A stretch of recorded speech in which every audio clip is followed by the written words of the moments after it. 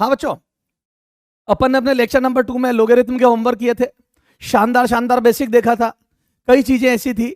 अच्छा, कुछ बेसिक अभी अपने को देखना है, तो मैं अपना पुरानी स्लाइड लेके आया हूं, उसमें आपको सारा बेसिक दिखा दूंगा कि भैया क्या बाकी था। जो देखा उस पर थोड़े क्वेश्चन करेंगे, क्योंकि जब क्वेश्चन करेंगे तो हमारे को विश्वास जगेगा कि हाँ यार हमारे को बेसिक क्लियर हो गया, ठीक है। और उसके बाद अपन इंटीग्रेशन पढ़ेंगे। तो एक बार देख लेते हैं, ये लेक्चर नंबर 3 है आज का अपना, ठीक है। अब ये देखते हैं आज टॉपिक अपने को जो कवर करने, एक तो बच्चों करना है कि पुराने लेक्चर का रिवीजन, उसके बाद basic formula and properties of integration, basic formulas and properties of integration पढ़ेंगे, ठीक है। डेफिनेट इंटीग्रेशन पढ़ेंगे। देखो इनडेफिनेट और डेफिनेट में क्या अंतर है। सबसे पहले तो देखो बेटा, अगर आपको पूरी दुनिया को देखना है या कुछ भी चीज देखनी है तो आपको 2 आंखों की जरूरत पड़ती है, ठीक है।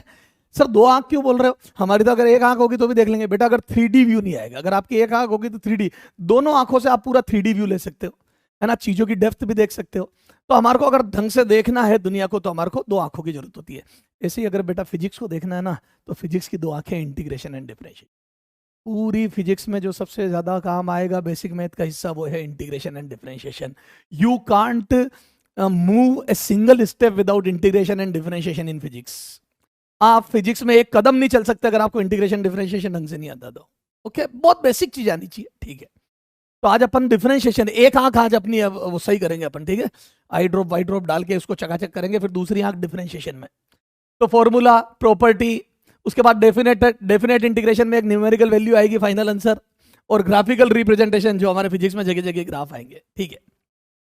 तो आ जाओ बच्चों, हमारा जो सारा कंटेंट था वो देख लेते हैं, जिसमें इंटीग्रेशन अपन स्टार्ट कर देंगे। ओके, तो ये सारा लोग का होमवर्क था, ये हम देख चुके थे। थोड़ा आगे चलते हैं फटाफट, ठीक है।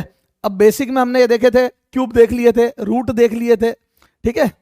अच्छा, अब अपन पहला बच्चों ये करते पाइथागोरस से आ जाते हैं, ठीक है। तो अब हमारे पास कुछ पाइथागोरस है। तो पाइथागोरस में बच्चों 3 4 की 5 लिखी थी हमने, ठीक है। 5 12 को 13, 7 24 को 25, ठीक है, और 8 15 को 17। एक बच्चे का मेरे पास, मैं जो कमेंट पढ़ रहा था उसमें एक मैसेज आया था कि सर एक पाइथागोरस आपने नहीं लिखी और मेरे को उसकी बात सही लगी। जो बातें आपकी सही लगेगी वो हम मानेंगे, और जो हमारी सही लगे वो आप मानना, तो आप भी इंप्रूव करते चले जाएंगे और हम भी इंप्रूव करते चले जाएंगे, ठीक है। एक बच्चे की और फरमाइश है भी, वो बताऊंगा, लेकिन पहले अपन ये देख लेते। उसने बहुत अच्छी इंपॉर्टेंट बात करी, ये पता नहीं मैं कैसे स्किप कर गया, 6 8 की 10। सर इसका मतलब हमारे कमेंट देखते हो? बिल्कुल देखते बेटा, तुम्हारे कमेंट नहीं देखेंगे तो हम जाएंगे कहाँ, ठीक है। तो 6 8 की 10, ठीक है। तुम हो तो हम हैं, वरना हम कुछ भी नहीं, ठीक है। आपसे ही हमारी पहचान है। तो 6 8 की 10, ठीक है बच्चों। अब देखो इस पे थोड़े से क्वेश्चन करते हैं हैंड टू हैंड। अब बात इसकी चली है तो इसी से क्वेश्चन स्टार्ट कर लेते हैं अपन। देखो जैसे मैंने बोल दिया आपको 9th क्लास का बेसिक ले रहा हूं मैं। कई बच्चे सोच लेते हैं मेरे को 11th में सर ये नहीं पता था, आप तो फिजिक्स पढ़ा। बेटा को रिलेट करो बेसिक को। तो देखो हाँ, ऐसे क्वेश्चन बनते, ए पार्टिकल या a person, a man moves 6 metre, a man moves यू कर लो 6 metre in east, then 8 metre in north. बिल्कुल basic question, north. Then find out its displacement. ध्यान देना बच्चों, डिस्टेंस में तो टोटल है, डिस्प्लेसमेंट बहुत बेसिक क्वेश्चन। अब जिस बच्चे को बेसिक फॉर्मूलाज नहीं पता थे या पाइथागोरस नहीं पता थी, वो सब बर्बाद हो गए, ठीक है। तो ये बहुत आसान क्वेश्चन है, मैं तो सिर्फ तेरे को पाइथागोरस की इंपॉर्टेंस बता रहा हूं बच्चे। तो देखो आदमी सबसे पहले 6 मीटर ईस्ट में चला, ये ईस्ट डायरेक्शन हो गई बेटा, राइट में ईस्ट है तो ऊपर की तरफ नॉर्थ होता है, पता है तेरे को। फिर 8 मीटर नॉर्थ में चला बच्चों, ठीक साहब। तो अब डिस्प्लेसमेंट याद है, इनिशियल पॉइंट ये था ए और फाइनल पॉइंट है सी। तो डिस्प्लेसमेंट होगा बच्चों ए टू सी। क्या होगा displacement? A to C. A to B east में चला, बी टू सी नॉर्थ में चला, तो अब आपका डिस्प्लेसमेंट होगा बच्चों ए टू सी। ओके, ये डायरेक्शन कैसे लिखते हैं वो भी बताऊंगा मैं, ए टू सी, ठीक है। तो देखो ए टू सी, तो ये कितना आ जाएगा बच्चों? 6 का स्क्वायर प्लस 8 का स्क्वायर का रूट अंडर, है ना, और ये आ जाएगा बच्चों 10। अब अगर आपको पाइथागोरस पता थी 6 8 की, तो डायरेक्ट 10 लिख दोगे। बेटा एग्जाम में हमारे ऊपर इतना प्रेशर होता है कि छोटी छोटी मिस्टेक, तो अगर आप वहां पे भी ये कैलकुलेट करोगे तो हो सकता है तुम गलती कर दो। तो 6 8 का 10 तो याद, 6 8 का 10 ये तो याद रख ही सकते हो ना, है ना। अब इसी में मैं क्या कर देता बच्चों, इसी इसी क्वेश्चन में अगर वो कर देता कि आदमी 5 मीटर इधर चला, ठीक है, कौन सी भाई तो रस्ती, ये देखो, और ये वाली 5 मीटर इधर चला, है ना, और 12 मीटर ऊपर चला, ये 12 मीटर। अब डिस्प्लेसमेंट पूछ लेता तो अब 5 12 का कितना होता है पता है आपको, बोलो 13, तो 13 मीटर सीधा याद होता तो मजा आ जाता। 12 144, 5 25, 12 का स्क्वायर 144, 5 का 25, दोनों को ऐड करा 169 का रूट 13। सारे रूट वूट सारे कंसेप्ट क्लियर है हमारे। अब तो बेटा फालतू की बातें करना ही मत, ठीक है, नहीं तो उल्टा लटका के पंखे पे और ये दोनों हाथ ऐसे करवा दूंगा, तो टोटल 3 तो पंखे की और 2 तेरी, 5 पंखुड़ियों से हवा आएगी, 5 विंग से हवा आने लगेगी घर में, ठीक है सर। किसी किसी बातें हाँ ओके, तो सर ये समझ में आ गई। तो पाइथागोरस का यूज समझ में आ गया सर, दमादम।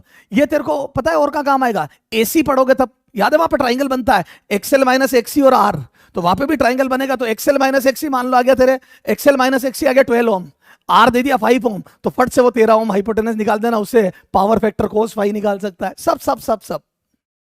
हेलो, नेट इंपीडेंस हेड आ गई, ठीक है, तो 12 ओम 5 ओम का 13 ओम नेट इंपीडेंस आ गई। पावर फैक्टर जब पढ़ेंगे तब देखेंगे, बेस अपॉन हाइपोटेनस, तो पावर फैक्टर आ जाएगा कोस फाई। सर बहुत काम आएगा, बिल्कुल बहुत काम आएगा, ठीक है।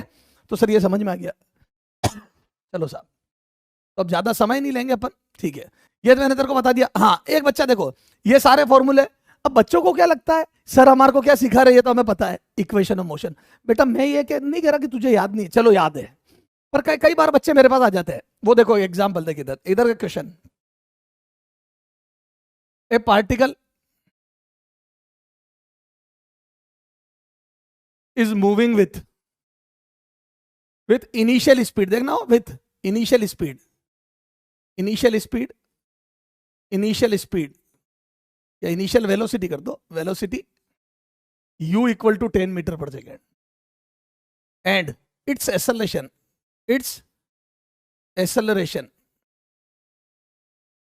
a इक्वल टू 2t, है ना, in same direction, in same कौन सी डायरेक्शन, जिसमें भाग रहा है सेम डायरेक्शन, ठीक है। Then find out its velocity, then find out its velocity after 3 second. Velocity पूछ लेता 3 सेकेंड बाद।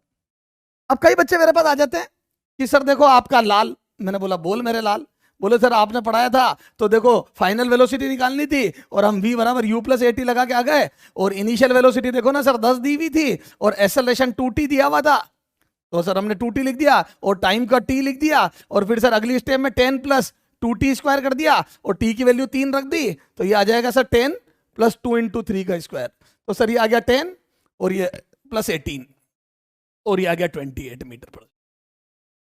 हेलो, क्या कर रहा है तू, एक्सेलरेशन की जगह 2t लिख दिया और ये सोल्व करके आ गए और बड़े कॉन्फिडेंस से बाहर आए। नीट में क्वेश्चन आया हुआ उसमें a बराबर ft देखिए, f बराबर लिखा था उसने, जो भी लिखा था एक्सेलरेशन को f लिखा था शायद, एक्सेलरेशन को f बराबर एक कांस्टेंट इनटू t लिख के सोल्व किया। बेटा you can't do this. Sir क्यों नहीं कर सकते हैं, क्योंकि एक्सेलरेशन वेरिएबल है, this is variable, variable, variable.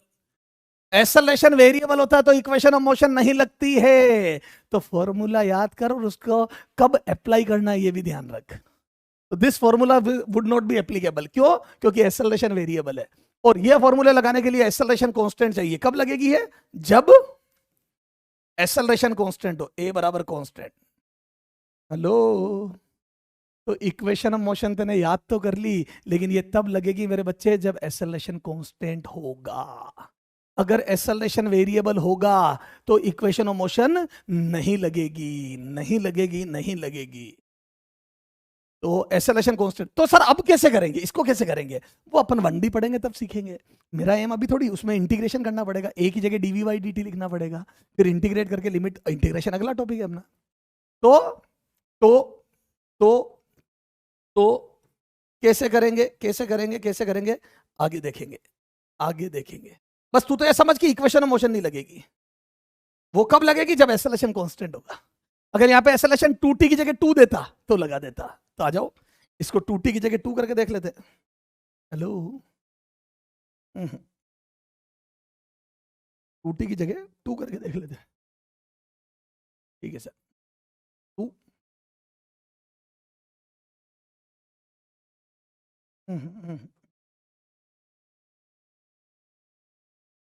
हो रहा है,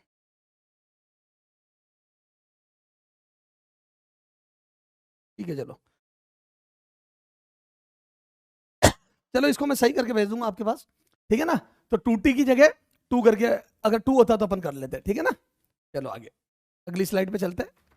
हाँ, अब ये देखो, ये कैसे काम आएगा अपना ट्रेपेजियम। ट्रेपेजियम अपने बहुत ज्यादा काम आएगा एरिया अंडर द कर्व में। ये देखो एक क्वेश्चन करते हैं, ठीक है।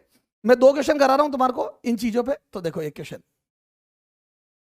ये देखो, जैसे मैंने तेरे को बोल दिया कि कल जैसे बताया था मैंने कि ये मान लो वेलोसिटी है और ये टाइम है, और पार्टिकल की वेलोसिटी पहले बढ़ी फिर घटी, ऐसा ऐसा कुछ हुआ, ठीक है। और ये वेलोसिटी हो गई 12 मीटर पर सेकेंड। कितनी हो गई? 12 मीटर पर सेकेंड। हेलो, ठीक है। अच्छा, और ये टाइम है, ये 4, ये 6 और ये 8। समझ में आ गई क्या?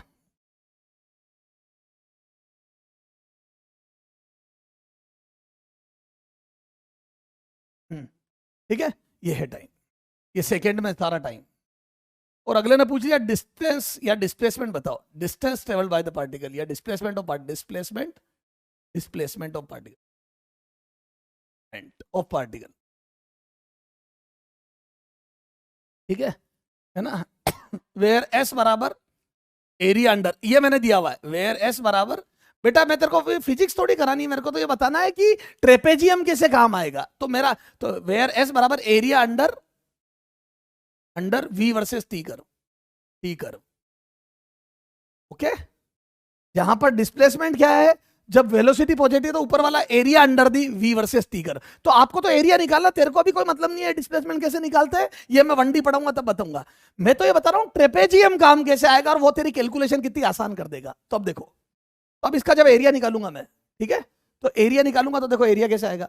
तो मैं बोल दूं बच्चों सॉल्यूशन में देखो, तो सॉल्यूशन तो एस बराबर एरिया ऑफ गिवन कर्व, क्योंकि given curve area of given VT curve. तो इस वीटी कर्व का एरिया निकालना है। तो देखो बच्चों, वीटी कर्व का एरिया निकालना, दिख रहा है वीटी कर्व का एरिया निकालना है। तो वीटी कर्व का जब एरिया निकालूंगा बेटा मैं, तो आपको ये एक तो ट्राइंगल हो गया, ये ट्राइंगल हो गया, और एक रेक्टेंगल हो गया। तो या तो तीनों का अलग अलग निकालो, उसमें टाइम ज्यादा लगेगा।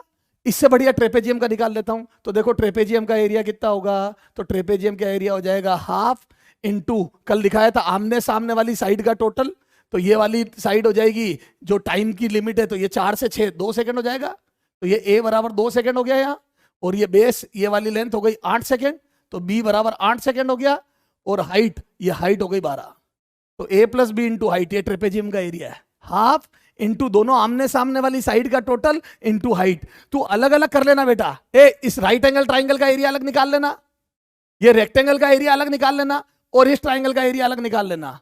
तो भी आपका आंसर सेम आएगा, लेकिन मेरा आंसर जल्दी आ जाएगा और गलती होने के चांस कम। 2 + 8 इंटू हाइट हो गई 12, आंसर आ जाएगा ये 6 और ये 10, तो 60 मीटर। ये आ गया आंसर। तो ये आ गया डिस्प्लेसमेंट। पर मजा आ गया। तो ट्रेपेजियम को यूज करके मैंने काम बहुत फास्ट कर दिया। और अगर मैं अलग अलग 2 ट्राइंगल और रेक्टेंगल का एरिया निकालता तो मेरा टाइम थोड़ा ज्यादा लगता। तो ये ट्रेपेजियम का यूज, ठीक है। अच्छा, एक क्वेश्चन और करते हैं। ये देखो, जैसे ये देखो, अब हमारे कोन भी बहुत काम आएगा। तो देखो, इस कोन को अपन ने, सॉलिड कोन है, इसको 4 दे दिया, इसकी हाइट कर दिया अपन ने 12 मीटर, और इसका बेस कर दिया बच्चों, बेस रेडियस ये आर बराबर कर दी 1 मीटर, ठीक है। और मैंने बोल दिया if charge Q equal to 10 microcoulomb, या चलो 10 माइक्रोकुलाम ही कर दो, इज यूनिफॉर्मली डिस्ट्रीब्यूटेड, डिस्ट्रीब्यूटेड ब्यूटेड on given cone, on given cone, then its charge density, its charge density, charge density. अब देखो चार्ज डेंसिटी पूछ ली, तो चार्ज डेंसिटी क्या होगी बच्चों? तो मैं बोल दूं चार्ज अपॉन वॉल्यूम। ए बेटा ये सब इलेक्ट्रॉन में काम आएगा, तो चार्ज डेंसिटी सिग्मा बराबर, चार्ज डेंसिटी सिग्मा बराबर, मैं बोल दूं चार्ज अपॉन वॉल्यूम। जैसे mass density mass upon volume होती है, वैसे charge density charge upon volume. अब चार्ज तो मैंने तेरे को थाली में परोसा हुआ 10 माइक्रो कूलम। अब micro upon unit and dimension में पढ़ेंगे, माइक्रो कितना होता है 10 की घात -6, यूनिट एंड डायमेंशन में देखेंगे। हाँ, अपॉन वॉल्यूम। अब वॉल्यूम कौन का, अब बच्चों को कौन का वॉल्यूम नहीं आता, बर्बाद हो गए। तो बच्चों इधर देखो, तो ये हो जाएगा 1/3 पाई आर स्क्वायर एच, कौन सिलेंडर का 1/3। आया आनंद? सारी वैल्यू रख के सोल्व कर लेना, ठीक है? सोल्व आप कर लेना। चल मैं तो ये क्यू ही दे देता हूं, है ना? चार्ज क्यू है तो कौन, और ये रेडियस आर है, रेडियस आर है ना, और ये हाइट एच है, ठीक है? ये ले हाइट एच है। अब कर लो बस, तो वेरिएबल में ही कर लेते हैं, पता छोड़ो, यहाँ पे क्यू ही रख देते हैं, ठीक है? यहाँ क्यू रख, बस मेरे को, मेरा एम कोई तरह से कैलकुलेशन करना तो है नहीं अभी, ठीक है? आंसर आ जाएगा 3q/4 pi, sorry pi R square H. तो आपको अगर कौन का वॉल्यूम नहीं पता होगा तो यहाँ उलझ जाओगे आप, ठीक है सर? तो सर हमारे को समझ में आ गई कैसे चीजें काम आएगी, ठीक है? उसके बाद अपन ने ये देख लिए थे सारे, ये तो आपको बच्चों वाली बातें सब पता ही है। स्फीयर कौन मैंने बताई दिया आपको। अच्छा, इसमें बोर्ड मास में बच्चे का एक मेरे को पास मैसेज था कि सर ये वाला, तो ये वाला सोल्व कर तो दिया था, ठीक है सर? हाँ, अब आ जाओ बच्चों, एक लास्ट बात जो बाकी रह गई थी ये कर लेते हैं। तो देखो बच्चों, कुछ यूनिट है जो आपको ध्यान होना चाहिए, नहीं तो वही फिर आपकी शादी में प्रॉब्लम हो जाएगी, ठीक है? सर कैसे प्रॉब्लम हो जाएगी? एक लड़की आएगी, आपको पसंद आ जाएगी, घर वाले एक दूसरे को पसंद कर लेंगे, जैसे कि मैंने कल बताया था। फिर आपको 2 मिनट की बात करने के लिए समय दिया जाएगा कि लड़के लड़की भी एक दूसरे को पसंद कर ले तो रिश्ता तय कर दे, ठीक है? फिर आप, अच्छा लड़की आपको पसंद है, बहुत बढ़िया, कोई दिक्कत नहीं है। लड़की ने बोला कि मेरी हाइट 5 फीट 6 इंच है, आपको कोई दिक्कत तो नहीं है? 5 फीट 6 इंच है, आपको कोई दिक्कत तो नहीं है? आपने बोल दिया, अच्छा वो लड़की भी जॉब करती किसी आईटी कंपनी में, है ना, बढ़िया, उसके भी मैथ रही हुई थी, और आपने बोल दिया कि नहीं नहीं वैसे तो कोई दिक्कत नहीं, लेकिन 5.5 फीट होती तो ज्यादा बढ़िया रहता। आपने ये बोल दिया, लड़की आपसे मिल ली, घर गई, और फिर लड़की के घर वालों का फोन आया आपके घर वालों के पास कि हम ये रिश्ता नहीं कर सकते। आपके पैरों के नीचे से जमीन सरक गई कि जो सब कुछ सही चल रहा था, मेरे को लड़की भी पसंद थी और मैं शादी करना चाहता था, एकदम से अचानक ये क्या हुआ जो लड़की ने मना कर दिया। अब आप बेचारे मायूस से घूम रहे हो, आपका एक दोस्त मिलता है, आप उसको ये सारी बात बताते हो, तो वो पूछता है लास्ट बात क्या हुई थी, तो आपने बोला ये हुई थी। लड़की ने बोला मेरी हाइट 5 फीट 6 इंच है, आपको कोई दिक्कत तो नहीं है?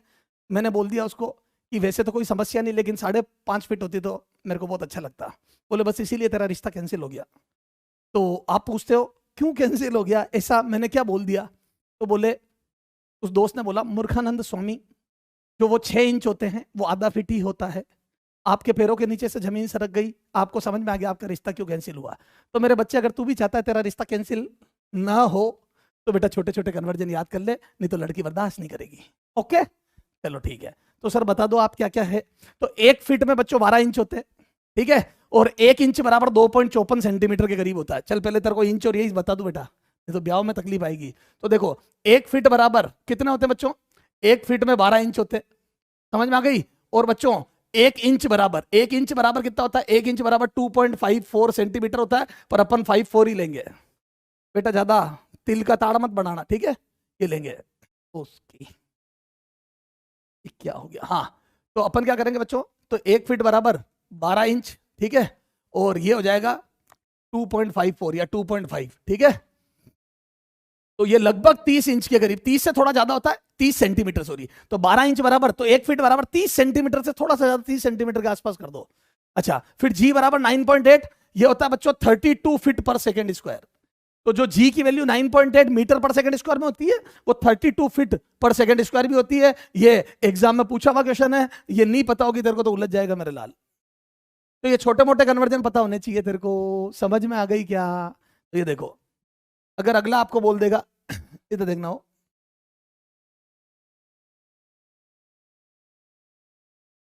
हाँ, अगला बोल देगा आपको if 10th class 9th class का क्वेश्चन करा रहा हूं, 9th क्लास है ना, थोड़ा मैं बता दू। If A ball is released from height 16 feet, then find out ये 64 feet कर दो, चलो 64 feet, then find out time taken to reach at ground, ठीक है, ग्राउंड। और बड़े उस्ताद है, जी की वैल्यू 9.8 ही दे दी मीटर पर सेकंड स्क्वायर में, ठीक है, सेकंड स्क्वायर। और 4 ऑप्शन दे दिए, ए 1 सेकंड, बी 2 सेकंड, सी 3 सेकंड, डी 4 सेकंड। तेरी जिंदगी में भूचाल आ गया मेरे बच्चे, तेरे को पूरी फिजिक्स आती थी लेकिन सिर्फ ये यूनिट कन्वर्जन नहीं आता था, और तेरी जिंदगी में ऐसी तबाही मची मेरे बच्चे, है ना। सर कैसे मच गई? तो देखो आपको पता था, देख बेटा ये पता था आपको कि नीचे गिरने में टाइम, ये अभी मैं पढ़ाऊंगा तेरे को 2h/g का रूट लगता है ना, ये दिया हुआ समझ ले, T बराबर 2h/g, ये दिया हुआ समझ लेना तेरे को, ठीक है बच्चों। बस लास्ट 5 मिनट है, उसके बाद अपन इंटीग्रेशन चालू करेंगे, ठीक है, ठीक है ना। तो ये तेरे को दिया हुआ है, ये देख √2h/g, ये गिवन है, गिवन फ्री फॉल के लिए है ना, गिवन फ्री फॉल के लिए टाइम होता है, ये अपन वनडी में पढ़ेंगे, ये दिया हुआ है मान ले। तो अब देखो 2h तेने 64 फीट तो रख दिया, पर बच्चे अगर g की वैल्यू तेरे को नहीं पता है कि 32 फीट होती है, वो कन्वर्ट कर लेना। आज तेरे को जो कन्वर्जन दिए मैंने वो हट गए क्या उधर से, तो कन्वर्जन जो दिए उससे कर लेना, 32 फीट पर सेकेंड स्क्वायर होती है। और जैसे ये वैल्यू रखेगा मेरे बच्चे तो तेरा आ जाएगा कितना, वो मैं सही करके भेज दूंगा तेरे को 2 सेकेंड, क्योंकि ये देखो ये 32 से 2 बार कटेगा, 2 2 4 4 का रूट 2 खत्म, रूट सारे सिखा दिए मैंने, 4 का रूट 2। तो बच्चों अगर ये छोटे मोटे कन्वर्जन नहीं आते होंगे तो तेरी दिक्कत होने वाली है, ठीक है सर। तो सर ये तो सारी बात समझ में आ गई। ऐसे ही बच्चों ये देखो 1 किलोमीटर बराबर कितना होता है बच्चों, 1000 metre, 1 metre 100 centimetre, 1 centimetre 10 mm, 1 kilo 1000 gram, 1 quintal, ओहो हो 1 क्विंटल, 1 क्विंटल के अंदर बच्चों 100 किलो, 1 टन 10 क्विंटल के बराबर होता है लगभग, 1 टन 10 क्विंटल के बराबर होता है। और केजी में गिरूंगा तो 100 किलो 1 क्विंटल होता है, और 10 क्विंटल तो 10 क्विंटल में 1000 किलो हो गए, ठीक सर। 1 माइल्स टू, अरे यार 1 माइल्स, चलो इसकी वैल्यू भी लिख देंगे, है ना। 1 माइल्स बराबर कितना, 1.6 के करीब किलोमीटर होता है, ठीक है। ये एक बार देख लेना, 1.6 किलोमीटर के करीब होता है, हाँ 1 माइल 1.6, ठीक है। तो अब जैसे आपको दे दिया मैंने 20 माइल्स पर आवर को कन्वर्ट करना है ना, 32 किलोमीटर पर आवर को कन्वर्ट करना है किसमें, मीटर पर सेकंड में। तो देखो 72 किलोमीटर की जगह 1000 मीटर आपको पता होना चाहिए था, तो यहाँ 1000 मीटर बन जाता। और नीचे पर आवर में 36 × 36 ये हो जाएगा सेकेंड, क्योंकि 36 × 36 1 घंटे में 36 मिनट और 1 मिनट में 36 सेकेंड, तो ये 36। अब इसको काटते हैं बच्चों, तो 72 को अभी अलग रख, और आपको बहुत अच्छे से पता है ये काटोगे तो ये पहले कटेगा 2 से, ऐसे कर के 5/18 आता है। अब ये कैलकुलेशन सीधी याद रखना, अगर आपको किलोमीटर पर आवर को मीटर पर सेकंड में कन्वर्ट करना तो आप 5/18 का मल्टीप्लाई कर देना, तो यह देखो कितनी आसानी से हो गया। तो ये 18 दूनी 36 4, तो बी 20 मीटर पर सेकंड आ जाएगा, खत्म। 5/18 इज द मल्टीप्लाइंग फैक्टर, ये आप करके लाओगे। अगले टर्न पे बात करेंगे 72 माइल पर आवर को कन्वर्ट करके लाओगे। और एक क्वेश्चन इसको मैं और अगले टर्न पे करूंगा, अभी मैं इंटीग्रेशन चालू करना चाहता हूं। तो बच्चों अब अपन नेक्स्ट स्लाइड में एक बार इंटीग्रेशन चालू कर लेते हैं। ये 2 क्वेश्चन में आपको इंटीग्रेशन आज कंप्लीट करने के बाद अगली क्लास चालू करने से पहले करवाऊंगा, ठीक है। तो ये कुछ कन्वर्जन थोड़ा सा जल्दी इसलिए पढ़ा दिया क्योंकि मेरा टाइम उधर खराब होगा, फिर इंटीग्रेशन कंप्लीट नहीं हो पाएगा। ओके बच्चों, ठीक है। तो अभी अपन अगली स्लाइड चालू करते हैं, ठीक है। तो आज अपन इंटीग्रेशन को थोड़ा सा देखते हैं कि प्रोनाउंस कैसे करते हैं। देखो एक्चुअल में क्या होता है बच्चों, इंटीग्रेशन का साइन ये है, ठीक है। अब कई बच्चे सोचते हैं ये साइन आया तो आया कैसे, मतलब क्या कारण है कि ऐसे ही साइन, ये सांप क्यों बनाते हैं? बेटा ये सांप नहीं है, ठीक है ना, ये सांप नहीं है। एक्चुअल में बेसिकली ये सम है। तो समेशन आया, समेशन से देखो समेशन डिस्क्रीट क्वांटिटी के लिए होता है, अलग अलग चीजों को जोड़ने के लिए हम समेशन यूज करते हैं। उसके बाद फिर कंटिन्यूअस चीज, कंटिन्यूअस कैसे, जैसे एक रोड है वो कंटिन्यूअसली एक एक्सिस पर रखी हुई है तो उसको जोड़ना है ना, उसके लिए कुछ भी निकालना है, उसके मास के लिए छोटे छोटे एलिमेंट का मास करके टोटल करना है, तो ये कंटिन्यूअस सम है। तो उसके लिए पहले सम लिखा गया, वो सम डिफॉर्म होते होते होते होते ये साइन बन गया, ये एस है बेसिकली। ठीक है, ठीक है, तो ये बेसिकली सम है ना, तो कोई बात नहीं, इंटीग्रेशन का ये साइन है, कोई दिक्कत नहीं है। इसके अंदर जैसे मैंने लिखा y dx, तो बच्चों इसका मतलब होता है, इसका मीनिंग होता है, इसको बोलेंगे कैसे, इंटीग्रेशन ऑफ y, क्या बोलेंगे बच्चों, integration of y with respect to x। तो बोला कैसे जाएगा ये, integration of y, integration of y with respect to x, with respect to x, integration of y with respect to x, this is the pronunciation. इसको जो बोलने का तरीका वो ये है, this is the integration of y, इसका integration with respect to x। तुम क्या करते हो जल्दी जल्दी में, देखते ही नहीं हो किसके रेस्पेक्ट में करना, और कुछ भी कर जाते हो एग्जाम में, कॉमन मिस्टेक है, ध्यान रखना। तो इंटीग्रेशन y का करना पर विथ रेस्पेक्ट टू x करना है। ओके सर, अच्छा बताओ ये क्या लिखा है, ये बताना क्या लिखा है, इंटीग्रेशन ऑफ, ये बोलो क्या लिखा है, तो this is integration of y, लेकिन अगेन इंटीग्रेशन ऑफ y, लेकिन विथ रेस्पेक्ट टू t है, विथ रेस्पेक्ट टू टाइम है, वो विथ रेस्पेक्ट टू x था और ये विथ रेस्पेक्ट टू टाइम है। अब क्या होता है, बच्चा सीधा इसमें पावर लगा के और पावर एड, वो आगे मैं बताऊंगा फॉर्मूला, वो कर आता है नहीं, पहले आपको y को as a function of t रखना पड़ेगा, ऊपर वाले में y को as a function of x रखना पड़ेगा, उसके बाद आप आगे कर पाओगे, सारे फॉर्मूले लगा पाओगे। तो ध्यान रखना यहाँ पे आपको, तो ऐसा अपने क्या होगा, 1D पढ़ेंगे तो वेलोसिटी आएगी, ठीक है, तो वेलोसिटी को as a function of time रखेंगे, फिर इंटीग्रेट करेंगे, समझ गए। तो ये थोड़ा सा, तो इंटीग्रेशन ऑफ y, अच्छा ये बताओ ये क्या लिखा है,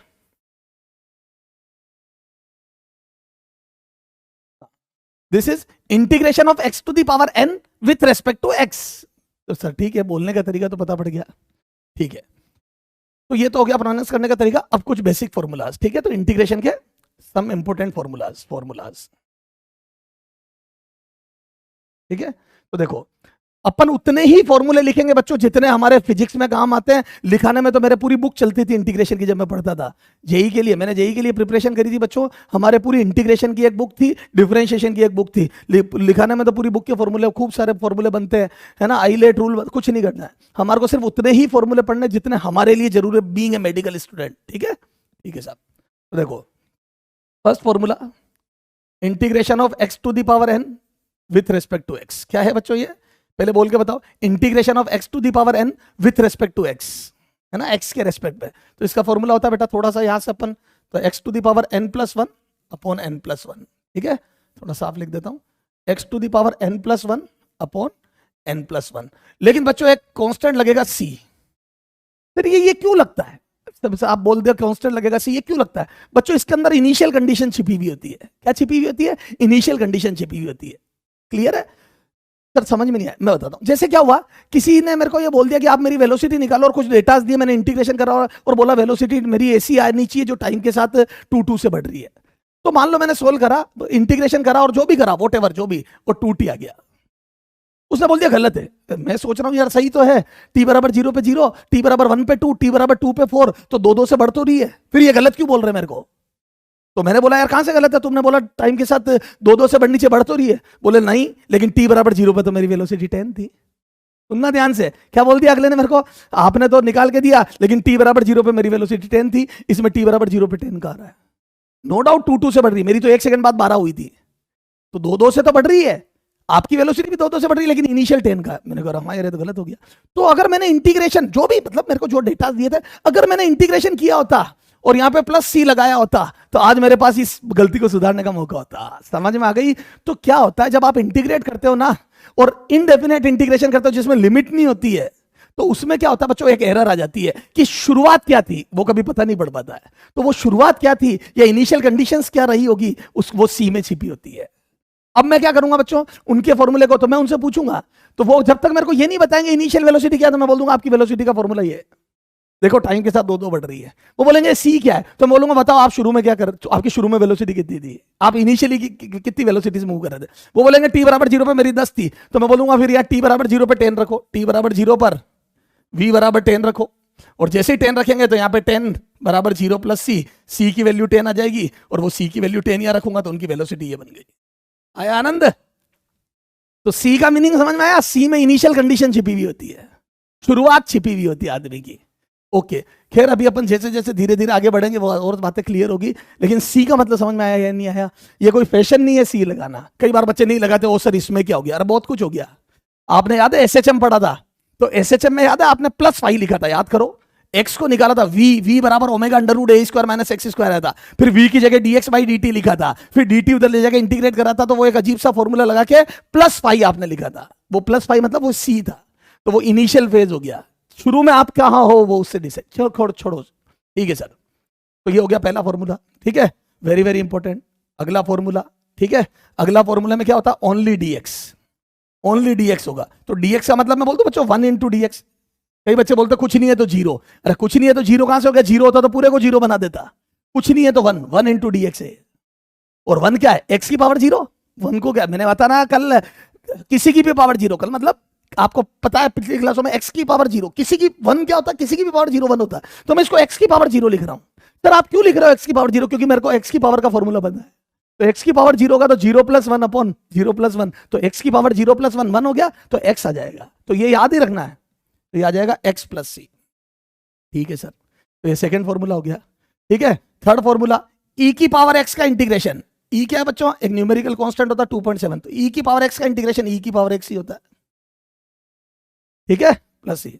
लेकिन जब अगर e की पावर x की जगह कुछ भी हो जाए, जैसे e की पावर x की जगह कुछ भी आ जाए, जैसे मान लो कुछ और आ जाए नंबर, ये तो e क्या है, नेचुरल लॉग में काम आता है हमारे, ठीक है ना, तो e एक इंपॉर्टेंट चीज है हमारे लिए। तो e की पावर x का तो e की पावर x ही होता है, लेकिन अगर a की पावर x हो जाए, ये इतना इंपॉर्टेंट नहीं है लेकिन फिर भी लिखा रहा हूं, a की पावर x, तो ये हो जाएगा a की power x upon log base e a plus C.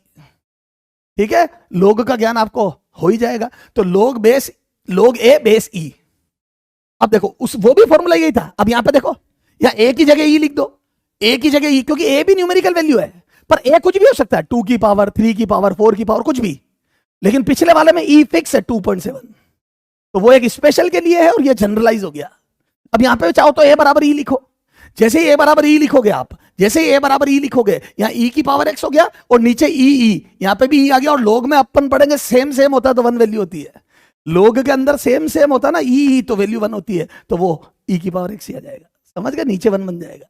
Okay, तो ये सब छोटी मोटी लॉग की बात है। तो ये a की पावर x का फॉर्मूला। अच्छा, उसके बाद आ जाओ साइन x, तो साइन x का इंटीग्रेशन होता है बच्चों minus cos x plus C. ठीक है, कोस x का इंटीग्रेशन होता है बच्चों साइन x प्लस सी। ठीक है, तो देखो क्या क्या हो गया, अच्छा 1 अपॉन एक्स का इंटीग्रेशन होता है बच्चों लॉग, ये नेचुरल लॉग है, नेचुरल लॉग मतलब बेस ई, ध्यान रखना बेस ई होता है तो नेचुरल लॉग बोलते हैं। ये सब आपके रेडियो एक्टिविटी वगैरह में इंटीग्रेशन करोगे तो dn बाई एन का इंटीग्रेशन याद है, लॉग बेस ई एन आया था, फिर लिमिट एन नोट से लेके एन तक लगाई थी। ठीक है, आपने थर्मोडायनेमिक्स पढ़ी होगी, तो थर्मल आइसोथर्मल में वर्क डन याद है, पी डीवी का इंटीग्रेशन पी की जगह लिखा था एनआरटी बाई वी, एनआरटी बाहर ले लिया था क्योंकि टेम्परेचर कांस्टेंट होता है आइसोथर्मल में, तो 1 बाई वी डीवी या डीवी बाई वी, तो जैसे यहाँ dx बाई एक्स है तो वहां dv बाई वी, तो dv बाई वी है, या यूं बोल दो 1 बाई वी का dv, तो यहाँ पे x 1 बाई एक्स का x के रेस्पेक्ट में करना, वहां 1 बाई वी का v के रेस्पेक्ट में करना था, तो वहां पे भी log v आएगा बेस ई। तो ये बहुत इंपॉर्टेंट है, ध्यान रखना, ये 1 बाई एक्स का इंटीग्रेशन, ये फिजिक्स में बहुत काम आएगा, क्लियर है। और एक ये बहुत इंपॉर्टेंट है, ये x की पावर n का। ठीक है, फिर आपको तो इंपॉर्टेंट तो सारे ही है, अपने को तो सारे ही पढ़ने हैं ना, ये कम इंपॉर्टेंट है, ये काम आएगा अपने एसी में जब आरएमएस वगैरह निकालेंगे तो अपने को इंटीग्रेशन खूब करने पड़ेंगे साइन कोस के उस दिन। ठीक है सर, ठीक है, तो ये कुछ फॉर्मूलाज है जो आपको याद रखना है, एक बार अपन फटाफट याद करते चलाओ। देखो x की पावर n का integration n plus 1 upon n plus 1, power 1 से बढ़ जाती है, ये ध्यान रखना है, पावर में कई बच्चे ऐसे लिख के ले आते हैं मेरे पास, इधर देखो कई स्टूडेंट आ जाएंगे मेरे पास, सर ये सही है उनका, गलत है ये, क्यों, क्योंकि उन्होंने तो क्या करा बच्चों, पावर में नहीं, x की पावर n प्लस वन अलग से कर दिया, नहीं पावर में प्लस 1 है वो, बेटा ये पावर में प्लस 1 है, ये और क्लियर कर देता हूं मैं तेरे को, ये पावर में प्लस 1 है बेटा, पावर में प्लस 1 है, दिस इज पावर में प्लस 1 और नीचे n प्लस 1, तो पावर 1 से बढ़ जाती है, बढ़ी हुई पावर का डिवाइड हो जाता है, 1 dx तो dx का x होता है, ठीक है, प्लस सी तो चल ही रहा है, जो इनिशियल कंडीशन डिसाइड करेगा, e की पावर x का e की पावर x होता है। ठीक है, आगे आ जाओ, a की पावर x का, ये अपन लास्ट में याद रखेंगे, a की पावर x को अभी थोड़ा साइड में रख, a की power x upon log a base e, अच्छा साइन x का माइनस कोस x का साइन x, ये ध्यान रखना, साइन x का माइनस कोस x और कोस x का साइन x, इसमें कंफ्यूजन हो जाता है बच्चे को, और 1 बाई एक्स का ln x या log बेस ई एक्स, ठीक है, प्लस से चली रहा। ओके सर, तो ये सारी बातें तो हो गई फॉर्मूलाज, इनको तो रटना है। फिर उसके बाद आती है प्रॉपर्टी। प्रॉपर्टी क्या होती है? हर चीज के कुछ नियम कायदे कानून होते काम करने के। जैसे रोड पे लेफ्ट साइड में चलिए तो हम लेफ्ट साइड में चलते हैं, है ना, ट्रैफिक रूल है, आपको लेफ्ट साइड में ही गाड़ी चलानी होती है हमारे इंडिया में, ठीक है, तो हम लेफ्ट साइड वाले रूल को फॉलो करते हैं। तो हर चीज को कुछ, तो इसके भी कुछ नियम है। सर क्या नियम है? जैसे मान लो दो डिफरेंट फंक्शन, जाता हूं पहले तो डिफरेंट फंक्शन देखते हैं अपन क्या होते हैं। देखो बच्चों, जैसे क्या है बेटा, समझो तुम तो क्या सीधे पढ़ना, x square, x cube, x की पावर 7, ये सारे function, these are the algebraic function. क्या है ये? सारे एल्जेब्रिक फंक्शन है, जिसमें बेस में एक्स आ गया ये ना, और बेस वेरिएबल है और पावर फिक्स है। एक होता है बच्चों 2 की पावर एक्स, 3 की पावर एक्स, ई की पावर एक्स, जिसमें बेस कांस्टेंट और पावर वेरिएबल है। ऊपर वाले में बेस वेरिएबल था और पावर कांस्टेंट थी, इसमें बेस कांस्टेंट है, पावर वेरिएबल है, तो इनको बोलते हैं एक्सपोनेंशियल फंक्शन। तो ये क्या है? एल्जेब्रिक फंक्शन, ठीक है, ये है exponential function. log x, log x, log x square, ये है सारे logarithmic function, these are the logarithmic function. sin x, cos x, tan x, these are the trigonometric function. इसे साइन इनवर्स एक्स, वो सब इनवर्स फंक्शन, ठीक है ना। तो डिफरेंट डिफरेंट फंक्शन होते हैं, तो मैं ये बोल रहा हूं, ठीक है ना। तो हम डिफरेंट डिफरेंट फंक्शन, तो प्रॉपर्टीज क्या है? तो देखो प्रॉपर्टीज, है ना, प्रॉपर्टीज, फिर अपन क्वेश्चन करते हैं प्रॉपर्टीज ऑफ इंटीग्रेशन, ठीक है, इंटीग्रेशन की प्रॉपर्टीज। तो इंटीग्रेशन की क्या प्रॉपर्टी है तो वो देखते हैं। इधर देखो, इंटीग्रेशन में बच्चों अगर कोई भी कांस्टेंट हुआ, ये अगर कोई भी कांस्टेंट हुआ इंटीग्रेशन के अंदर, कांस्टेंट क्या होता है? जिसमें जैसे एक्स के रेस्पेक्ट में इंटीग्रेशन कर रहे हो आप, अगर एक्स के रेस्पेक्ट में इंटीग्रेशन कर रहे हो तो एक्स ना आए, वो कांस्टेंट है। जैसे 2 के अंदर कोई एक्स नहीं आ रहा तो ये कांस्टेंट है ना। 4 कांस्टेंट है, ठीक है। 1030 कांस्टेंट है, क्योंकि 1030 में भी एक्स कहां आ रहा है? 1030 इज ए फिक्स वैल्यू 1/√3, ठीक है सर। तो अगर कोई कांस्टेंट टर्म आ जाए, ये यहां अंडरलाइन कर रहा हूं जिसके बारे में मैं सिखा रहा हूं, तो वो बाहर आ जाएगी और इसका इंटीग्रेशन वैसे ही होगा जैसे होता है। ओके, ये first property, this is property 1। तो constant can be taken out from the integration, constant can be taken out from the integration, constant को इंटीग्रेशन से बाहर लिया जा सकता है या लिया जाता है, ठीक है। Second, if 2 function are in addition, क्या बोला मैंने? इफ 2 फंक्शन, सर 2 फंक्शन कौन से? मैंने अभी बताया ना, एल्जेब्रिक, ट्रिग्नोमेट्रिक्स, ओके, लोगेरिथमिक, इनवर्स, एक्सपोनेंशियल। तो 2 डिफरेंट डिफरेंट फंक्शन या कोई भी 2 फंक्शन अगर एडिशन में है या सब्ट्रैक्शन में है, जोड़ में है या घटाव में, एडिशन और सब्ट्रैक्शन में है, और उनको इंटीग्रेट करना है एक्स के रेस्पेक्ट में, 2 फंक्शन एडिशन या सब्ट्रैक्शन में है और आप उनको इंटीग्रेट करना चाहते हो मेरे बच्चों, तो आप उनको सेपरेटली इंटीग्रेट करके भी ऐड सब्ट्रैक्ट कर सकते हो। You can integrate them separately and then go for the addition and subtraction. Sir आपको भी इतनी इंग्लिश आ गई क्या? एक पूरी लाइन इंग्लिश में बोल दिया। अरे बेटा, ये देखो, सीख रहा हूं तुम्हारे साथ रह रह के। ये अगर 2 फंक्शन एडिशन या सब्ट्रैक्शन में है तो तुम उनको सेपरेटली इंटीग्रेट करके ऐड कर सकते हो। देखो, इसमें पूरे का इंटीग्रेशन था, इसमें ये देखो, इसमें पूरे का इंटीग्रेशन था, देख ये पूरे का इंटीग्रेशन था, और इसमें अलग अलग इंटीग्रेशन को ऐड कर दिया। अंतर समझो? तो अपन सेपरेट कर सकते हैं। Okay sir. हाँ, अब एक बच्चा आता है, सर आपका लाल, एक बच्चा आया मेरे पास, सर आपका लाल देखो कितना इंटेलिजेंट है। मैंने बोला बोल बेटा। बोले देखो सर आपने ये बताया और देखो मेरा दिमाग कितना तेज चला। मैंने बोला बोल बेटा।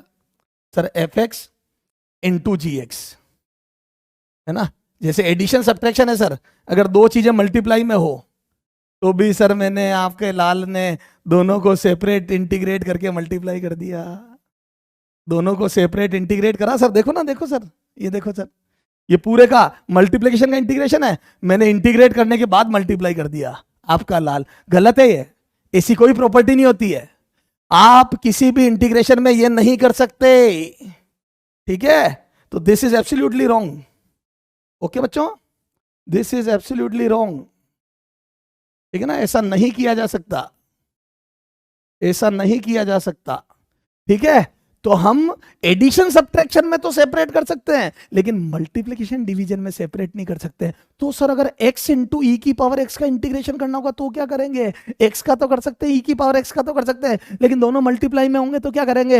ये तुम्हारे काम के बात है ही नहीं, तुम्हारे ये कभी काम नहीं आता। इसमें आइलेट रूल लगता है, हमारे बुक में थे आइलेट रूल, हमने सब पढ़े, लेकिन आपको नहीं पढ़ने। सर आइलेट रूल क्या होता है? सबसे पहले इनवर्स, ये एक सीक्वेंस होती है, फिर by parts, integration by parts होता है। बाई पार्ट बहुत लंबी रामायण है वो तो, ठीक है ना। तो आपको इतनी बात करनी नहीं है। एक जगह फिजिक्स में ये चीज काम आती है, किसमें? मीन लाइफ जब निकालते हैं रेडियो एक्टिविटी में। कब काम आती है? जब रेडियो एक्टिविटी में मीन लाइफ निकालते हैं। लेकिन वहां पे भी आपकी एनसीईआरटी ने साफ लिख दिया ऑन सॉल्विंग दिस, ठीक है। तो सीधा आपने मीन लाइफ 1/λ याद कर ली, ठीक है। वहां पे इंटीग्रेशन बाई पार्ट्स था, TDN याद है? वहां पे टी टाइम तक डीएन न्यूक्लियाई जिंदा रहे थे, तो TDN उनकी एज होगी, उसका इंटीग्रेशन करना था सबकी एज का। तो वहां पे डीएन की वैल्यू रखते थे अपन, डीएन लिखते थे लैम्डा एन dt, डीएन बराबर लैम्डा एन dt, फिर एन की वैल्यू रख के और फिर इंटीग्रेशन करना था। बहुत लंबी रामायण थी। तो आपके वो सिलेबस में नहीं है, एनसीईआरटी ने सीधा लिख दिया ऑन सॉल्विंग 1/λ मीन बराबर। तो जब उन्होंने ये, और आप वास्तव में जरूरत भी नहीं तो पूरा एक चैप्टर खुल जाएगा, ठीक है सर। तो हम एडिशन सब्ट्रैक्शन को सेपरेट कर लेंगे, मल्टीप्लिकेशन डिवीजन में ऐसा कोई रूल रेगुलेशन नहीं है। ओके, तो ये दो प्रॉपर्टी है सर, हमारे को समझ में आ गई। वो तीसरी हम खुद बनाने चले थे, ठीक है, हम क्रांति लाने चले थे, तो आपने पहले ही मना कर दिया कि वो क्रांति नहीं लानी है। तो सर ये तो बहुत अच्छे समझ में आ गया हमारे को कि एडिशन सब्ट्रैक्शन को यस वी कैन सेपरेट। चले आगे, चलो। तो ये दो प्रॉपर्टी है, और भी कुछ बातें हैं, लेकिन अब थोड़े क्वेश्चन करते हैं, उसके बाद ये बातें करेंगे अपन, ठीक है। आ जाओ क्वेश्चन करते हैं, आओ क्वेश्चन करें, प्रॉपर्टी और फॉर्मूले याद करें। तो दोनों प्रॉपर्टी और सारे फॉर्मूले याद कराना मेरी जिम्मेदारी है, अभी करवा देता हूं, ठीक है। चलो आ जाओ, क्वेश्चन करते हैं, स्टार्ट करते हैं। क्वेश्चन नंबर 1, एग्जाम्पल 1, एग्जाम्पल 1, ठीक है। चलो बच्चों, इंटीग्रेशन, बहुत सीधी बात दे रहा हूं, x² का इंटीग्रेशन। तो क्या मैं बोल दूं पहला फॉर्मूला लगेगा, पावर 1 से बढ़ जाएगी और बढ़ी हुई पावर का डिवाइड हो जाएगा, पावर 1 से इंक्रीज हो जाएगी और बढ़ी हुई पावर का डिवाइड हो जाएगा। मेरे बच्चे पूरा लिख रहा हूं, और प्लस सी लिखना मत भूलना, ठीक है। तो ये आंसर आ गया बच्चों, x³ divide by 3 plus C. Power 1 से बढ़ गई और बढ़ी हुई पावर का डिवाइड हो गया, तो x³/3, बहुत मच्छर, ठीक है। अब देखो, लेकिन बच्चों अगर यहां पर ये नहीं और ये होता तो 8x³ dx। देखो सर ये तो सेम ही क्वेश्चन दे दिया आपने, नहीं सेम नहीं है, इसमें एक नई चीज आ गई, एक 8 भी आ गया। अब देखो इसमें दो चीजें, 8 तो है कांस्टेंट, 8 में तो x आ ही नहीं रहा है, और x³ वेरिएबल, क्योंकि x के रेस्पेक्ट में इंटीग्रेशन करना है, और यहां पे x³ है, और इसमें फॉर्मूला लग जाएगा। तो अच्छा, अब इस 8 का क्या करूं? प्रॉपर्टी याद है, constant can be taken out, constant can be taken out, तो प्रॉपर्टी लगेगी। तो यूजिंग प्रॉपर्टी, तो यूजिंग प्रॉपर्टी, तो इसका आंसर देना है अपने को। तो क्या मैं बोल दूं बच्चों, इज इक्वल टू व्हाट? तो इसका सॉल्यूशन इधर देखो, सॉल्यूशन।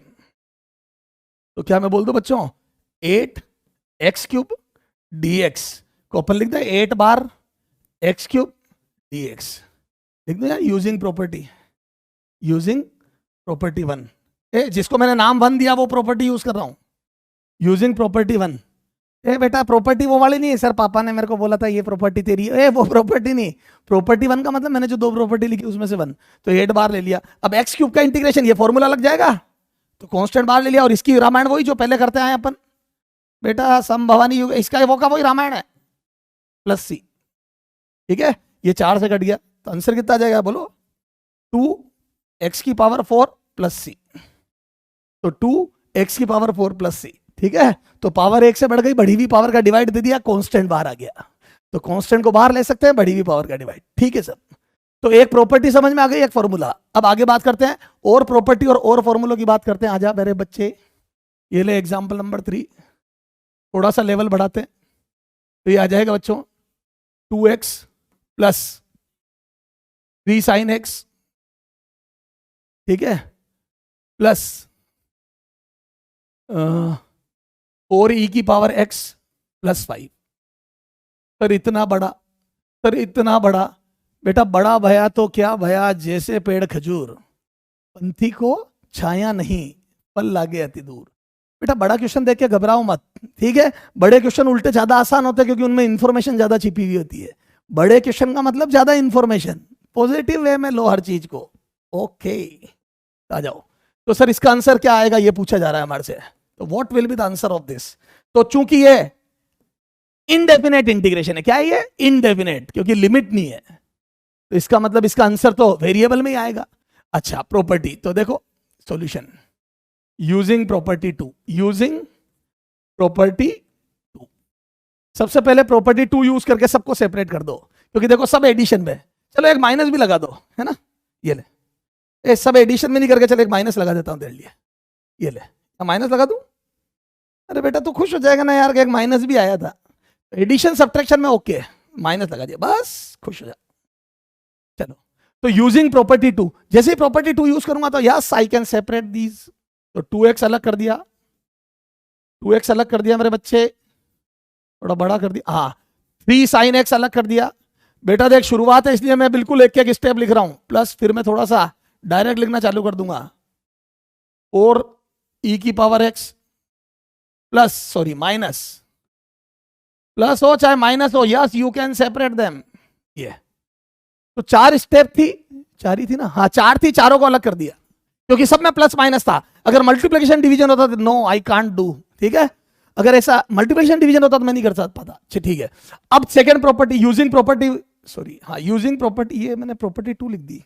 ये कौन सी प्रॉपर्टी थी अपनी, मैंने क्या नंबर दिया था, ये प्रॉपर्टी हाँ 2 ही तो थी। अब प्रॉपर्टी 1 यूज कर रहा हूं, यूजिंग प्रॉपर्टी 1, यूजिंग प्रॉपर्टी 1, बताओ प्रॉपर्टी 1 क्या थी, यूजिंग प्रॉपर्टी 1, ये यूजिंग प्रॉपर्टी 2। प्रॉपर्टी 1 में कांस्टेंट बाहर ले लो, प्रॉपर्टी 1 में सारे कांस्टेंट बाहर ले लो, जिनमें x नहीं है वो सब कांस्टेंट है। t के रेस्पेक्ट में इंटीग्रेशन होता तो जिसमें t नहीं है वो कांस्टेंट है, ठीक सा। तो अपन सारे 2 बार ये कांस्टेंट बाहर ले लेते, यहां पे 2 है, x dx, ठीक है, x dx। इसमें 3 बार ले लो, 3 sin x dx, उसमें 4 बार ले लो, e⁻x dx, और उसमें से 5 बार ले लो, 5 dx, ठीक है।